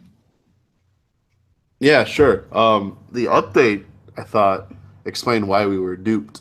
We had to get like an audio expert to basically explain what was going on. Like, why are we hearing it? Why are some people not hearing it? Like, what's going on? It has to do with the order you play the samples in. If you play them in a certain order, you trick most people, not everyone, but most people's brains will be tricked into hearing it. But you can make it sound like anything you want. So Like a great example was someone after we put up that update, someone took the screw attack theme and the bouncing ball thing and actually made a way to make you think you're hearing the screw attack theme with it. And they're like, listen, like you played it in a certain order. So the problem was we didn't know that playing it in a certain order was going to make everyone who was working on it think they were hearing it and stuff. So we thought we heard it. Like we had Shane listen to it. We had like Dawn listen to it. I listened to it. I listened to it. Yeah, I think a lot of people listened to it, but because we played it in that order and no one asked, hey, before I hear it, can you play it the other way around so that I can hear it the way it's supposed to be? Like no one knew that, or that it was brought in to listen to it. So when I asked my friend who works on like a bunch of concert series and stuff, I was like, hey, here's what's going on. What did we do wrong? And he goes like, well, give me the samples. And then he just wrote this email back to me. It was like, this is what happened to you guys. You got tricked and stuff. And like, you need to listen from now on. If you're ever comparing audio samples, you need to listen to it in a specific order. Otherwise, you're screwed. Like very few people have the training to know that they're not being duped like that. So, so do you mean listening to Totaka's song first F's yes, you up? It sets you up to hear that. And then like when you're told no, it doesn't, like someone's like, that's not right. We had people when we put the update out get angry at us saying, you guys are wrong. Like I still hear it and stuff. Why are you guys trying to tell me? I was like, no, like listen, like and it sucks because like after you've done it and your brain starts thinking it, it's really hard to undo it apparently for some people. So that was like, despite it being like, yeah, like not being right at first, I liked the thing that came out of it in the end. Yeah. Like it was like, whoa, like this was way more complicated than I possibly could have thought. It also was another example of reinforcing I'm really bad at judging audio. So like that's why whenever we do Is that why you didn't give me that Waluigi point? I tried everything. That's why I told you, Kyle, if you could, I said, give it to an audio person who could isolate just the voice track. Nobody can do that. From there. Like I listened to it at a quarter speed max. I hear the Daisy or whatever his voice doing something in that one, Kyle, but I did not hear Waluigi do anything. But you're like, he's moving his hands. He's making. I was like, oh, Kyle. But yeah. You'll never win that, Kyle. I really like pop fiction. You should do more stuff like that. This I love you, Kyle Bossman. The next question comes in from Silent Continent. Hey, allies. This is one question I was thinking of prior to the meetup. What is the best way to approach you at a meetup or if we see you on the street? My experience, people differ greatly in their social interaction. So let us, the community, know if you're a more introverted person and want the community to approach you in a more calm and cool manner, or if you want a big sloppy kiss on the lips like Huber. Kiss on the lips. Yeah, I'm down. I'm on the other end. I'm a very introverted person. I like this. I like doing this and the nod. Kiss him on the lips. You see Kyle. I guess I'm in the middle of that. I just kiss. come up and shake my hands. Yeah, come say hi. People come up and say like, hey, are you whoever? And then I'm like, yeah. And they're like, oh, hey. And then we like talk for a while. I like that. That's generally how it goes. Yeah. I also like when people yell Huber really, really loud. It's always It's just like meeting other humans. Even if they're like right next to me, I'm cool with that. The one thing that bothers me the most is when people are like, "Oh, I wanted to come up to you, but I was too nervous." Yeah, it's like, "Oh no, just come and say hi." You know, Mm-hmm. you don't always say hi. Yeah, don't miss out. Be fun. Does anyone have anything else? Damiani? Oh, can't hear I'm more the introvert person too. So I always have a bad thing of like I don't know if I'm supposed to follow up with like a conversation or just like, oh, thanks. Like I had an ally meet me when I went to Universal recently and came up and said hello and everything. And I was like, oh, well, I don't know if you're busy trying to get into a ride or something. So like I tried to strike up a conversation, but I think they just wanted to go afterwards. So I was like, oh, okay, well, I'm gonna go too then. Bye. I was like, It's awkward. Oh.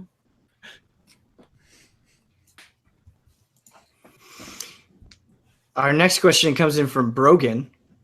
Since it's going to be cold-blooded versus Brad, I suggest cold-blooded dress up like Geralt versus Brad's Kylo Ren and have them duel for their intro. Wow. I'd like to know what inspired the betting specials originally. I know Huber and Bosman used to do it a little at GT, but I haven't been following EZA much before that. Thanks. It is like fantasy football, and that it enhances these press conferences and my enjoyment of them. We have to start this one with a correction. Brad will not be participating in the betting special. Ultimate Brad won't wear a Kylo Ren costume. He thinks Yeah. that's for nerds, so he won't do that. Yeah. Yeah, There's a huge we've got to deal with one character as it is. Trying to do a character within a character. Yeah, I remember talking Huber into the Players. first E3 betting special was really easy. I don't know why we did it though. Huber, do you remember? I found out that you loved betting, Uh-huh. and I too have a dark history of gambling. Very dark. So Okay. that was like the raw origins. And I think it was like just a thing where like GT would be pushing for E3 videos, and that was like we could do this for an E3 promo video, really simple. Yeah. I was like, yes. And I And remember cle- you guys like started doing the kind of like wrestling one-upsmanship just kind of on the fly, I think.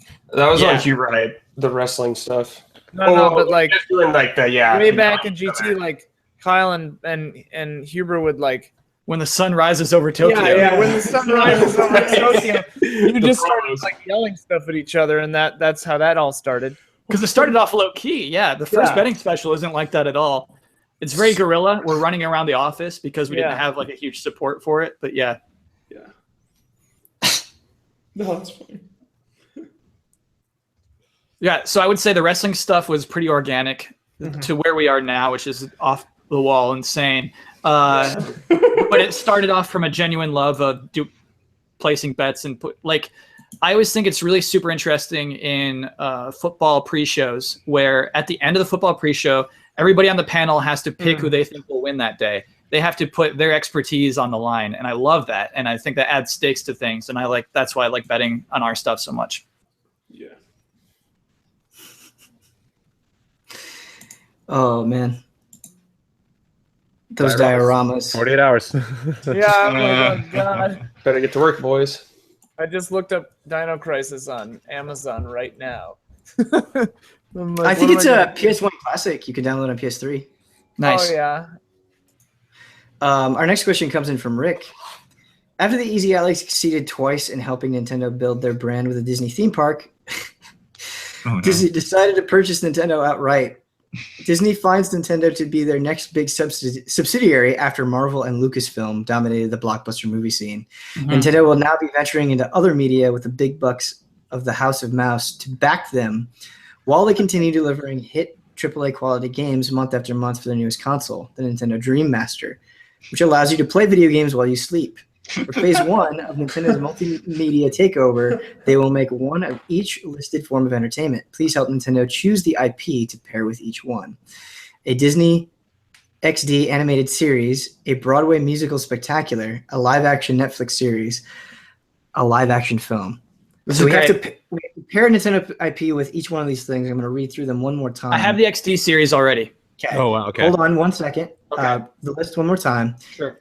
A Disney XD animated series, a Broadway musical spectacular, a live-action Netflix series, a live-action film. So, Kyle, you said you already had an animated series. Yeah. Arms. Nice. Arms is Yeah. going to be a really good Disney XD show. Or, Okay, what? the damn squids. Splatoon. Splatoon, there it is. What about a Splatoon Splatoon. musical? The Broadway musical Splatoon. I want an Animal Crossing musical. Oh, Oh, that's good. No way, dude. Animal Crossing Netflix series where it's No, like some no, no. drama Legend or of Zelda something. Netflix series. Metroid No. Netflix series. Yes. I think the Yes. budget for a good Metroid Netflix series. I think the Metroid film over the series, though. Yes. Yeah. I'm not saying that it wouldn't That's be, my but do pick you for a think movie. Metroid would be a good live-action series? Because it's a Yeah. live-action. Oh, yeah. Yeah, Yeah, yeah, definitely. live action show. Okay. Like The Expanse. Yeah, but in Metro. exactly like it. Oh my god, those Netflix bucks. I think Splatoon would be a really good XD series. Yeah, me too. Yeah, I like that a lot. Arms sucks, Kyle. No, Huh? I'm doing that talk. Arms No, I is think like Arms it's would be crossover with Splatoon.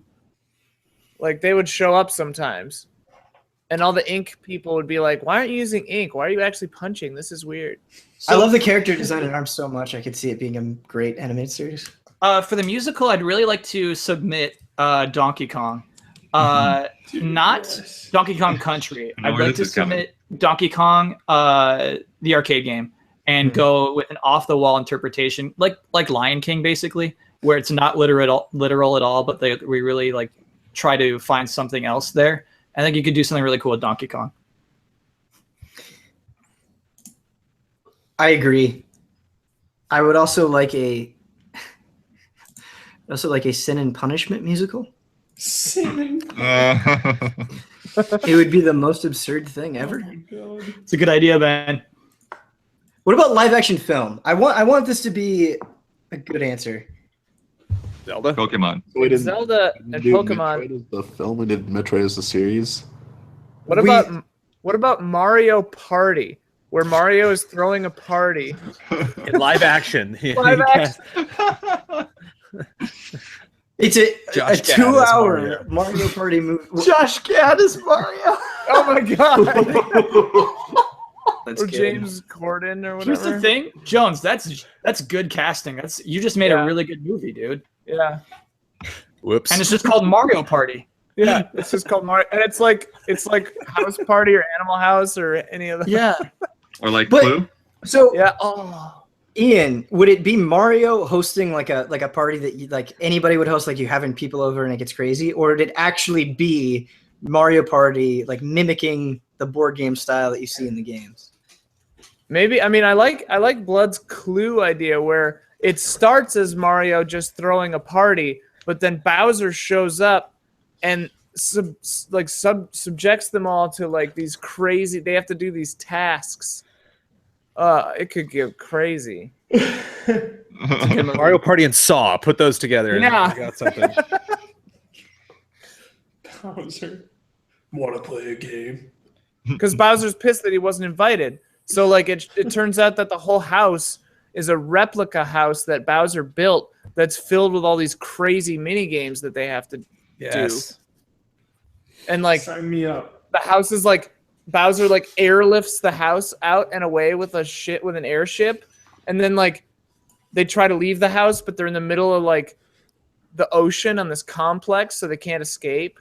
But I have Oh, man. I have some like good like teen movie subplots for this. Like Oh yeah, Peach is dating someone and has to tell Mario. yeah.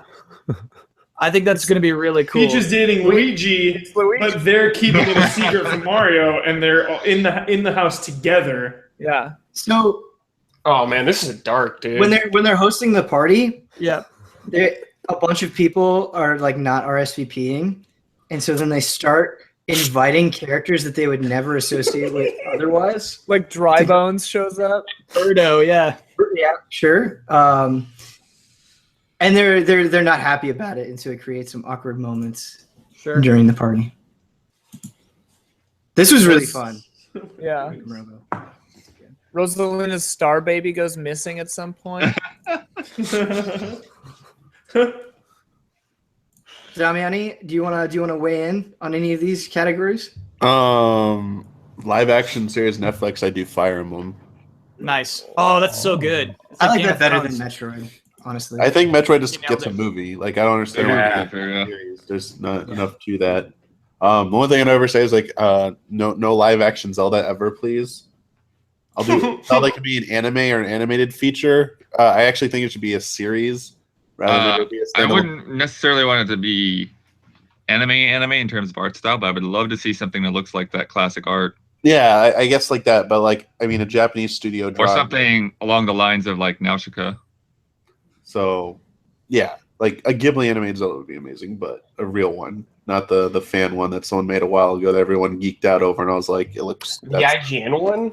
Yeah, I was like, that's, Yeah. Oh, But, like live action, like I just think it's gonna be a disaster. Like they're They're not going to get the budget they need to do it. They never will, and it'll just look cheesy and Yeah, stuff. they totally could Like, get the Look at all that budget. cool stuff on Damian Warcraft. himself. Warcraft is so high budget, Damiani. that's Assassin's Warcraft. Creed They're is not that going to give budget? Zelda. No one's going to give Zelda that budget. No, it's not It could Warcraft. happen. Never say never. Not going to happen. I'm gonna hold out hope. One Zelda day. works because of its art styles, and it should be art. It should be drawn art. It should For not sure. be- I agree with you. But I'm just saying, we live in a world where I could easily see a Zelda film live action coming out in the movie theater.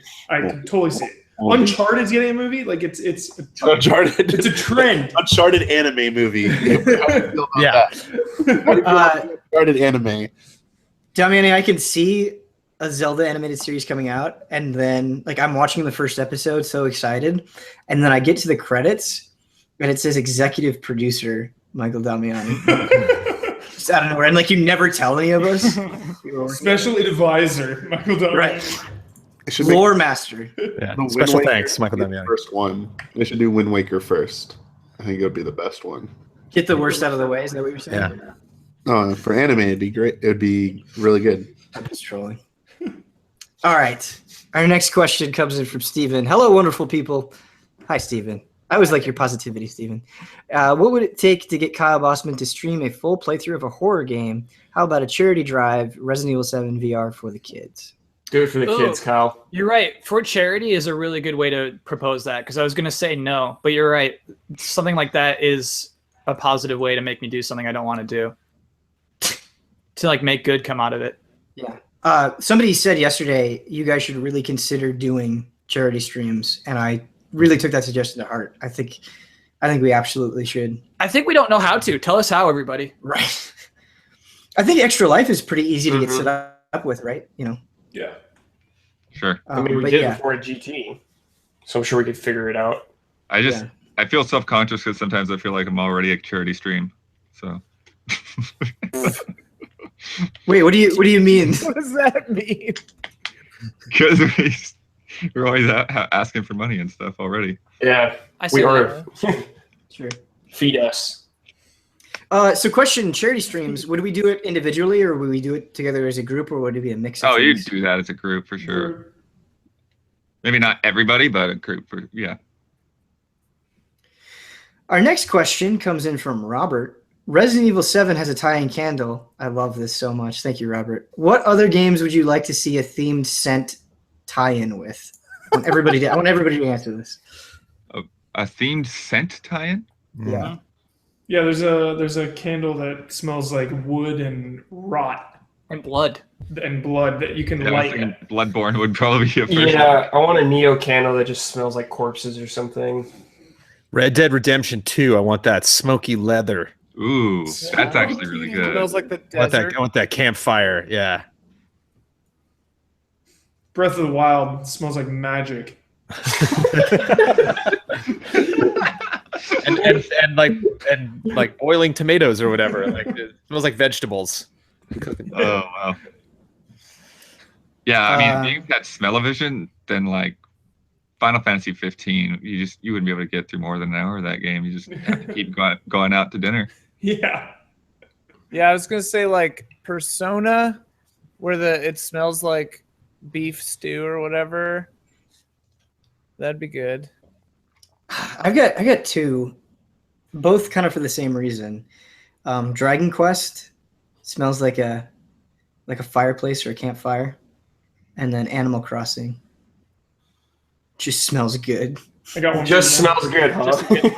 It just smells good. I got Smells one like for you, Ben. trees that you chop down. Ben Oh, Moore. freshly chopped trees. What's that? Yakuza smells like blood, sweat, and money. It, like in that order, like it Yeah. goes through them. Yeah, that's a good one. I'd really like a cotton candy candle for a Kirby game. Oh, it's good. You think that's what Kirby smells like? Yeah. Okay.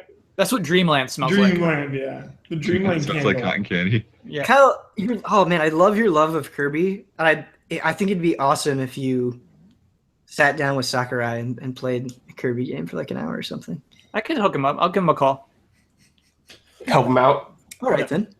All right, if it's that easy. Yeah, okay. Yo, is Kirby gonna make the switch?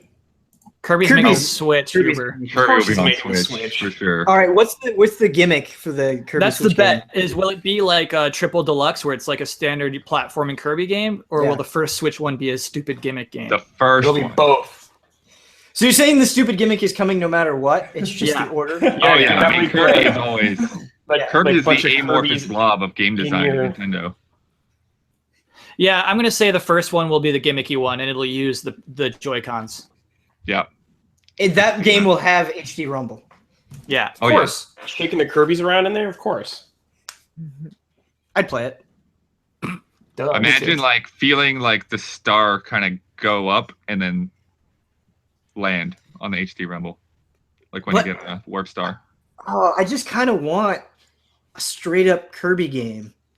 That's the thing is like I bought the stupid Wii U Rainbow one where you're drawing lines, and I just hated it. I hated Really? it so much. I Yeah. like that game. I didn't hate it, but I didn't think it was amazing. Yeah, I just want to be pressing jump to jump blood, and I just want to be sucking in enemies and taking their powers.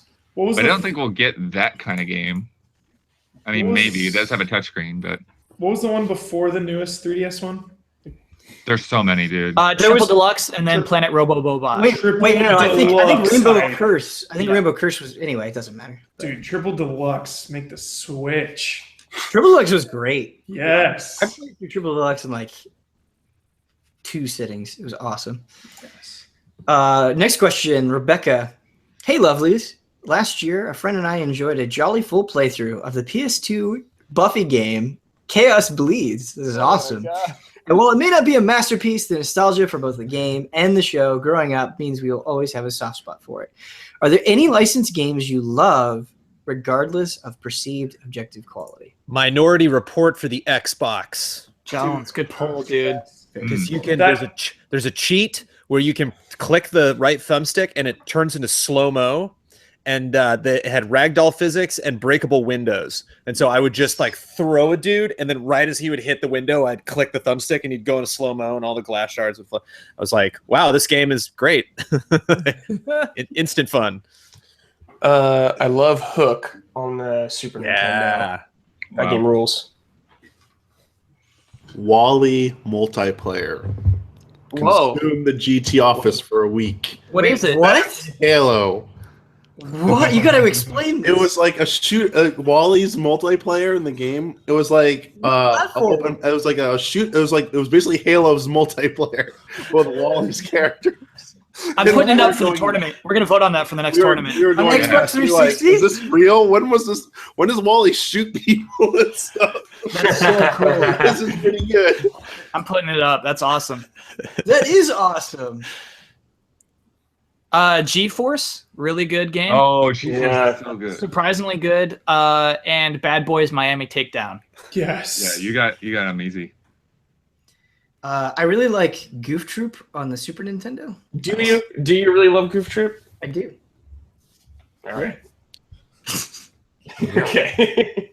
Batman the Animated Series for the Super Nintendo. Hmm. Solid. I mean, I really like. Are we allowed to say X-Men Origins Wolverine? Yes. Oh, Sure. Yes, that's a good one. That's like my favorite. It's kind Oh. of like already regarded as good. Yeah, that's why. Yeah. Yeah. I mean, we'll allow it. a Swimming in Sevens was Deadpool. Came out Nice. a couple years ago. That was a fun one. Huber, is there a more Huber game than X-Men Origins Wolverine? Like, Yeah, For Honor. Yeah. okay, sure. Love X-Men Origins Wolverine though. You should do a full playthrough of that. Oh, it's good. I think mine would have to be like the Seventh Guest, or like the later Myst games, like 4, 5, Uru. Love them, but yeah. Wait, What's our licensed games? How those? Yeah. Yeah. Licensed games? Gotta Yeah. be licensed. Oh, I didn't hear that. I was like, wait, is there like some missed property? Sorry, that's no, I not thought you? VHS movie. I thought it was What? just guilty pleasure games. Oh no, That licensed everyone games. hates. Oh, then I need to think for a second. I don't think everyone hates Mist. I refute that. Yeah, I like No, Myst. no, the later ones, but Oh, okay, gotcha. yeah. Jesus. Stumped him. Yeah, I don't know.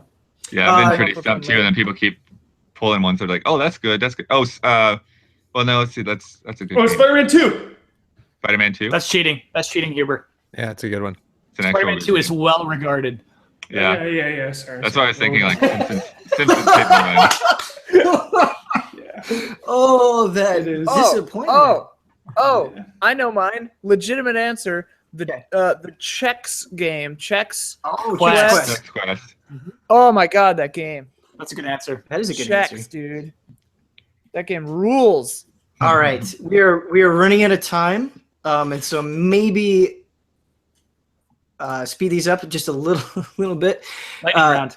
Lightning I feel like round. we did Yep. worse this month than last month. Yeah, we did. We did. Okay, lightning round. Neobites. Do you think the experimentation done in the Resident Evil universe can be based loosely off true events that transpire even to this day in top secret facilities? If so, what is Yes. one augmentation that you would want out of the sake of science and advancement of the human species? Your choices are super strength, invisibility, and mind control. The downside is each augmentation creates a William Birkin-esque eye that grows and covers about half your back. Dude, yes. I was just gonna say that's all I want actually. I just want Yeah. that on my back. Like that. Yeah. I'll take That other the eye. stuff doesn't sound interesting at all. Wait, Yeah. so we're rejecting the... Well, no, I would say mind control would be the power I want. Mhm. But if you get the eye, then I would say invisibility, because then no one will see the eye anyway. Right. Probably invisibility, but only if I can have the eye in my shoulder. Yeah, I want it like right here. and it rolls around. Right, and like looks and stuff. Resident Evil proves none of these powers come for free. I don't want any of them. Yeah. What a The cost is a cop-out. giant eye. Yeah. What about Wesker though? He could like hide those. Yeah. Wesker He, did like, not live a he- happy he life. has control over his body. I don't know, man. Wesker paid the price. He almost had the little He didn't pay the price from the virus though. You're right. close. Good question. Next Super strength question. could be fun. All right, next question. Garrett, if you could only pick one game to play this year, what would it be? God damn it. Neo. Super Mario Odyssey. Dreams. Super Mario Odyssey. Persona Zelda. 5. Zelda. Dreams was my favorite answer. Zelda. Yeah, crazy answer, Jones. Yeah, Jones Jones wins. said dreams. Not even Yeah. announced for this year. He's really rolling the dice with that one. Yep. Come on, play Media Zero. Molecule. That game's coming out this year. That studio is getting shut down. One or the other. Whoa. I don't think that studio can hang out for another year. Just like, hey, we had some people come by and stream it. This game's fun. It's like, release this. Come on. Nice, Jones. All right, we're moving on to the next question. Young Lee, this might be a quick question or a controversial question. Does being part of the Easy Allies... wait a minute. Okay, sorry. Does being part of Easy Allies mean it's your dream job, or do you wish to do more outside of Easy Allies this year? Not this year. It is my dream job, but my other dream job is a game show host. So maybe one We day. can make it happen, Huber. Yeah, I can say I'm like definitely. I like to do more than just Easy Allies for sure. But Easy Allies is a dream job, so it's weird to say it isn't. You know what I mean? Yep. But yeah, I definitely like to do other stuff as well. Yeah, I mean, as far as agree with Kyle jobs, completely. this is a dream. Yes. I'd like to be making films, but I love doing this. Yeah, I'd like to be further into like game development, actually being part of that more. Whoa. Blood Damiani? Dream job, but I still have a dream one day to host a panel in Hall H of Comic-Con. Oh, sick. Nice. dream. It's a good dream. Yeah, I don't know what exactly to add. So there's nothing that's I'm looking specifically towards. So definitely. Okay. We've made it. We made it. Oh, this is a long one. Okay. The banana forklift killer. Hey, allies, you wake up in a white room with a metal automatic door on one side. There's a faint smell of rosemary in the air, and you can hear a dull mechanical whirring I'm for out. some reason. Go back There's to a table in the middle of the box. The box is 2 rubber grommets that look like you could put your hands in. Next to the box is an instruction sheet, which is written in cutout magazine letters. The instructions read, to leave this room, you must make a choice. The first choice is to put your hand into the box and press the button at the back. This button will activate a mechanism that will cut off your hands quickly and painlessly and suture your wounds. Then you may leave through the door with stumps instead of hands. The other choice is to just leave through the door, but be warned, leaving with your hands intact will alter your brain. These alterations will make your brain change the lyrics of every song that you hear to the lyrics of Smash Mouth's All-Star for the rest of your life. What do you choose and why? Oh, hear that Smash Mouth because I need my Yeah. hands to play I video games. want my hands. I want my hands. Yeah. Smash Mouth. There are so many other things I could enjoy in life. No way. Yeah, It would be funny though because he just said the lyrics. Yeah, you still hear the music. You hear everything else, but the lyrics would somehow always match up to Smash. Gotcha. We love it. Would anybody cut off their hands? I No. don't think so. Kyle's not playing the game. Kyle's going back to sleep. I heard this somebody describe a sentence. I didn't even listen to anything after that. Okay, so we don't know. I don't know. I guess cut off my hand. I guess I'll do Yeah. the hand cut off. I guess I'll do the hand. Both your hands. Kyle will sacrifice for the rest of us. All right. Okay. All right. That was hastily decided. Next question is from Brian. Is Ghibli-esque the new Pixar-esque? Thanks in advance. Well done. Yes. Yes. Ghibli-esque is overused for sure. Okay. Confirmed. Yep, I agree. Confirmed. Next question is from Ibrahim. Is the Royal Rumble it's the Royal Rumble. Number 1, it's Sami Zayn, and you wait in anticipation on who drew number 2. The arena is silent. Then out of the blue, Daniel Bryan's music hits, and a loud yes chant is heard, and out comes The Miz. My question is, most of you guys want to do reviews but not edit the review. What? Wait a minute. What is you guys want to do reviews but not edit the review? Why? I would have loved to have seen an RE7 review written and edited by Michael Huber. I think that's a total misconception. I love this question. I like it too. I don't think the answer is like it's not that we don't want to edit. It's just that a lot of us don't like. A lot of the people doing reviews are not proficient video editors. That's it. It's not like, oh, I don't want to do that. Even if I knew how to edit, I would still have wanted Jones to edit my Resident Evil 7 review. Sure. Because of how much passion he puts into those cuts. Like, I love a collaboration. Mhm. So, yeah, I love it. Jones, what were you feeling when you cut the Kingdom Hearts review? How are you feeling about It was that? fantastic because we talked about this briefly because that's one of those. It's almost like a paint by numbers edit where it's like every paragraph, every section of that review. It's not like, oh, what am I going to show? It's like, well, you're only talking about this one game for 2 seconds, and so it doesn't really matter what clip. Like, you're not going to really get into specifics. Like this one great moment in Dream Drop Distance I really liked. You're just gonna be like, Dream Drop's fun. It's got fun levels. It's like I can just grab anything I want for this. Whereas with Resident Evil, there's spoilers. There's I wanted to play along with the music a little bit, and so putting a little bit more care into it. Where Kingdom Hearts is like a breath of fresh air. It's just like, oh, I can just kind of done. I also think there's that element of passing the baton that can kind of help the edit in a way because you've already invested so much as a writer and everything, and like you've already thought through so much that by that time you're so exhausted that have somebody else just be able to pick it up and like take that next step and give feedback like allows that care to be made a little bit more easily, I think, when you're trying to rush through something like a review. We're going to do one more question. One more. Okay? This is the final one. Final question. So go nuts, everybody. This is from Greg, who I just want to give props to playing For Honor with us recently, Dark Knight. It was a lot of fun. He was a good comrade. Good old Dark Knight. Yeah. So thank you, Dark Knight. We are close to a brand new console launch. What do you think is the best launch console or handheld launch lineup? I still think it's the North American Dreamcast launch. What was in that? Does anyone know?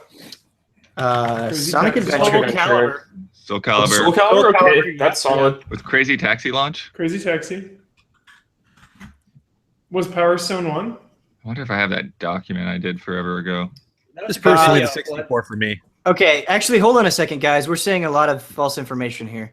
The U.S. launch for the Dreamcast is as follows. Arrow Wings, Air Force Delta, Blue Stinger, Cart Flag to Flag, Expendable, The House of the Dead 2, Hydro Thunder, Monaco Grand Prix, Mortal Kombat Gold, NFL 2K, NFL Blitz 2000, Pen Tressalon. I don't know. Oh, Power Stone was a launch title. Yep. Ready to Rumble, Sonic Yes. Adventure, Soul Calibur, TNN Motorsports, Tokyo Extreme Racer, Trick Style. So Crazy Taxi was not. That was a lot of titles. That's a phenomenal list. That's a lot. Yeah. Scratches a lot of itches there too. Like House of the Dead 2 is, I still consider it one of the best home gun con games ever released. Sure. Especially because Dreamcast had the gun cons. Some good racing games in there, like Hydro Thunder. Good sports games, Blitz for arcade sports, 2K for realistic sports. Great fighting games, Power Stone, Ready to Rumble, and Soul Calibur, and Mortal Kombat Gold. Mm-hmm. Dang, that is That's a stacked launch, dude. Yeah, and Sonic Adventure, obviously, as well. Yeah. And 64 was like what? 64, and there's one other game. It was just Pilot Wings and Mario 64. Just Yeah, that just was it. more was Super Nintendo had a better one. Super Nintendo had F-Zero, Pilot Wings, Mario World, obviously. I got it wrong because I remember anyway. SimCity, and I had to look this one up. Gradius 3 was actually a launch title. Oh. Yeah. Did SimCity, F-Zero, and Mario World. I mean, Pilot Wings was really good too for me, but pretty good. Yeah, I think the Super Nintendo launch is pretty, like, there's not as much as the Dreamcast, but all of those games are. I'm feeling like it was Super excellent. Nintendo, but I can't find that doc I did that had all of them. So I've got it pulled up here. It's F-Zero, Gradius 3, Pilot Wings, SimCity, and Super Mario World. Those are all pretty good. Ugh. NES had a lot of games as well, though I thought the NES launch was disputed. It is. It's hard to Based lock on- that down. This Yeah. one I Yeah. claim it had, Very but big. 10-yard fight, don't know what that one was. Baseball, Clue Land, Donkey Kong Jr. Math, Mario Brothers and Duck Hunt, Excite Bike, Golf, Gyromite, Hogan's Alley, Ice Climber, Kung Fu, Mock Rider, Pinball, Stack Up, Tennis, Wild Gunman, and Wrecking Crew. Hubert, do you entertain the idea, like, so the Nintendo 64 launch, for example, only had 2 games, Pilot Wings 64 and Super Mario 64, Yeah. but like Super Mario 64, Yeah. it was just so overwhelming for me. Like, I played that game Yeah. for months and months and months and months. It was the only thing I needed. Yeah. We've never seen anything like it before. Right, and you never seen anything like it. And so I think, like, Quality after over the fact quantity. now, it's the sheer number is impressive, but man, like, at the time, I would have taken Yeah. Mario 64 over anything. Yeah, I agree. I also think there's a case to be made though that like when I was younger and maybe even now when a console comes out, having like a variety of games or Sure. a stack of like 3 or 4 or 5 games that you're just like swapping in and out. Some you're playing with friends, some you're Dude. playing at night, some you're playing in the daytime. The day you got a Dreamcast Oh. and you have a friend over and you're fighting each other in Soul Calibur and you'd never played a fighting game quite exactly like that before. Even Ready to Rumble Boxing was like amazing that first one. I know people So are gonna say it's really Soul hard. Calibur, but Yeah, because like a good launch proves the need for a console. A good launch says these games prove that this console needed to exist, and that's why I like Super Nintendo so much. I like that Halo launched on the Xbox I do too. because it's such like a proof of this is why you need this, and it's something that you play throughout the entirety of that console. You know what I mean? It doesn't just wear off, much like Mario 64. This is really hard for me to answer, to be honest with you. Well, under that framing device, I think that's actually an argument against the Dreamcast. Yeah. Because even at the launch of the Dreamcast, even with its lineup, people were saying, wait for the PS2. Yep. PS2, I was looking at that launch. It's a good launch. It wasn't good? SSX. Yeah. It had was the SX. best. I love SX. Sky Odyssey, baby. Sky Odyssey. Summoner, really bad Yeah. game too. Summoner. And so, yeah, it's heavy on variety, but not heavy on games that prove that this console needs to exist, you know? It did have Tekken Tag Tournament, though. But to me, that was a worse game than Tekken 3. And so, Yeah. I don't know. I kind of want to give it to N64. N64 like blew me away when it came Yeah. out. Like just Mario 64 alone, nothing like that. Mario 64 is incredible, yeah. And I realize it's so bad because whenever we say like have a good launch, it means have lots of titles, have third-party titles, have lots of this and this and this. But N64 had a launch that said you can't do anything without this console. You can't do anything like this without this console, and that's why I like it so much. You can't live without this. Do you think it's inaccurate to say that the arrival of the 64 was, the biggest leap we had seen with Mario 64? Like nothing that came out as far as a launch of a console. Yeah. Matched that absolutely. difference. Yeah, Absolutely. That's why I think that having one great game, or like the one game that you care about on a launch, like especially in this day and age, is actually more vital than having a variety, for me at least. Like I would buy a Switch if they were putting out Mario or Metroid right away, and I'm not going to. And they could put out 40 other games and I still wouldn't buy it unless there was a Metroid or a Mario, like, Yeah. Well, I think too. Yeah, I mean, when we talk about launch, it's really hard because, like whether you talk about day one or like what was actually there in that first quarter or so. And I think that's one of the things I did. Like I kind of fudged a little bit on that prepare to launch video, is because there's such a huge difference there, in terms of like when you look at like everything that came out in that first like September to December of the Super Nintendo launch, it's ridiculous. Yeah, Yeah. Super Nintendo's really good. Final Fantasy IV and Super Castlevania and all those other games that like you knew where they were coming before you bought the system. It's like even though they weren't there like day one, like you knew it was coming. Like same thing with GameCube and Smash Brothers. Like that was only a couple weeks later. It's Yeah, like, good point. easily buy a GameCube, play through Star Wars, and be ready for Smash Brothers. This was a good question. I like the discussion that came out of it. Any closing thoughts on console launches and the quality? I think in the middle of Act 2 of Mario Party is when Waluigi knocks on the door. yeah. What does he say? What is the first thing that he says when the door opens? I heard there was a party here. Why wasn't I invited? Yeah. And it's like Adrian Brody playing it dead serious. Oh my god, yes. Or It's Adrian Brody, and like his hair is like coming out of the purple hat, like covering his eyes. Oh my god. does he knock on the door, or does like Luigi get upset and then go into the bathroom for a little while, and then Waluigi comes out? And Like, it says, I heard there was a party. Why wasn't I invited? Kyle, dude. Did they let him in? Brody. Adrian Brody is perfect. That's amazing. this needs to happen now. Who would play Wario? Dan Fogler. Whoa. Who's that? Exactly. Kevin James. He's in Fantastic Beasts. Okay. That's his Oh, biggest yeah, role so that far. guy. Oh, Sure. yeah. He can be Wario, for sure. Yeah, if Josh Gad is Mario. Who's Bowser? Huber. Mads Mikkelsen.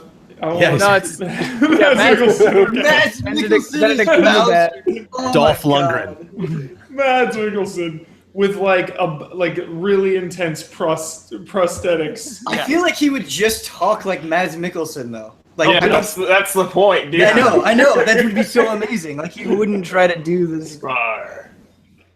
Oh my god. Mads he just, Mikkelsen like- as Bowser is like even. Oh, it's so good. All right. Oh my well, god. thank you everybody for your wonderful questions. Really good batch. A lot of hypothetical situations, which is always fun. A lot of Blood, serious when we- questions, too, which I like, too. Yeah. We had a nice mix of things. Yeah. Good, Man, I want bad. to cast the rest of this movie. Yeah. I want Christina Aguilera for Bowser Jr. Okay. I can't Oh. explain why, but I was just like, that's a really good match. I can't even envision that. Like, It's nothing. I got nothing terrible. in my head. Just terrible. Blood, when is this going to be archived? Oh, I mean, if you're watching this live, you'll be able to watch it to the same link, but it'll go up for everybody else about a week later, about next Saturday or so. Cool. Great. Well, we're going to be doing this next month at the end of the month, hopefully on a Saturday, last Saturday of the month, kind of get back into that schedule. But if not, we will let you know of any changes. Thank you so much, panel, and thank you to everybody who watched. Bye.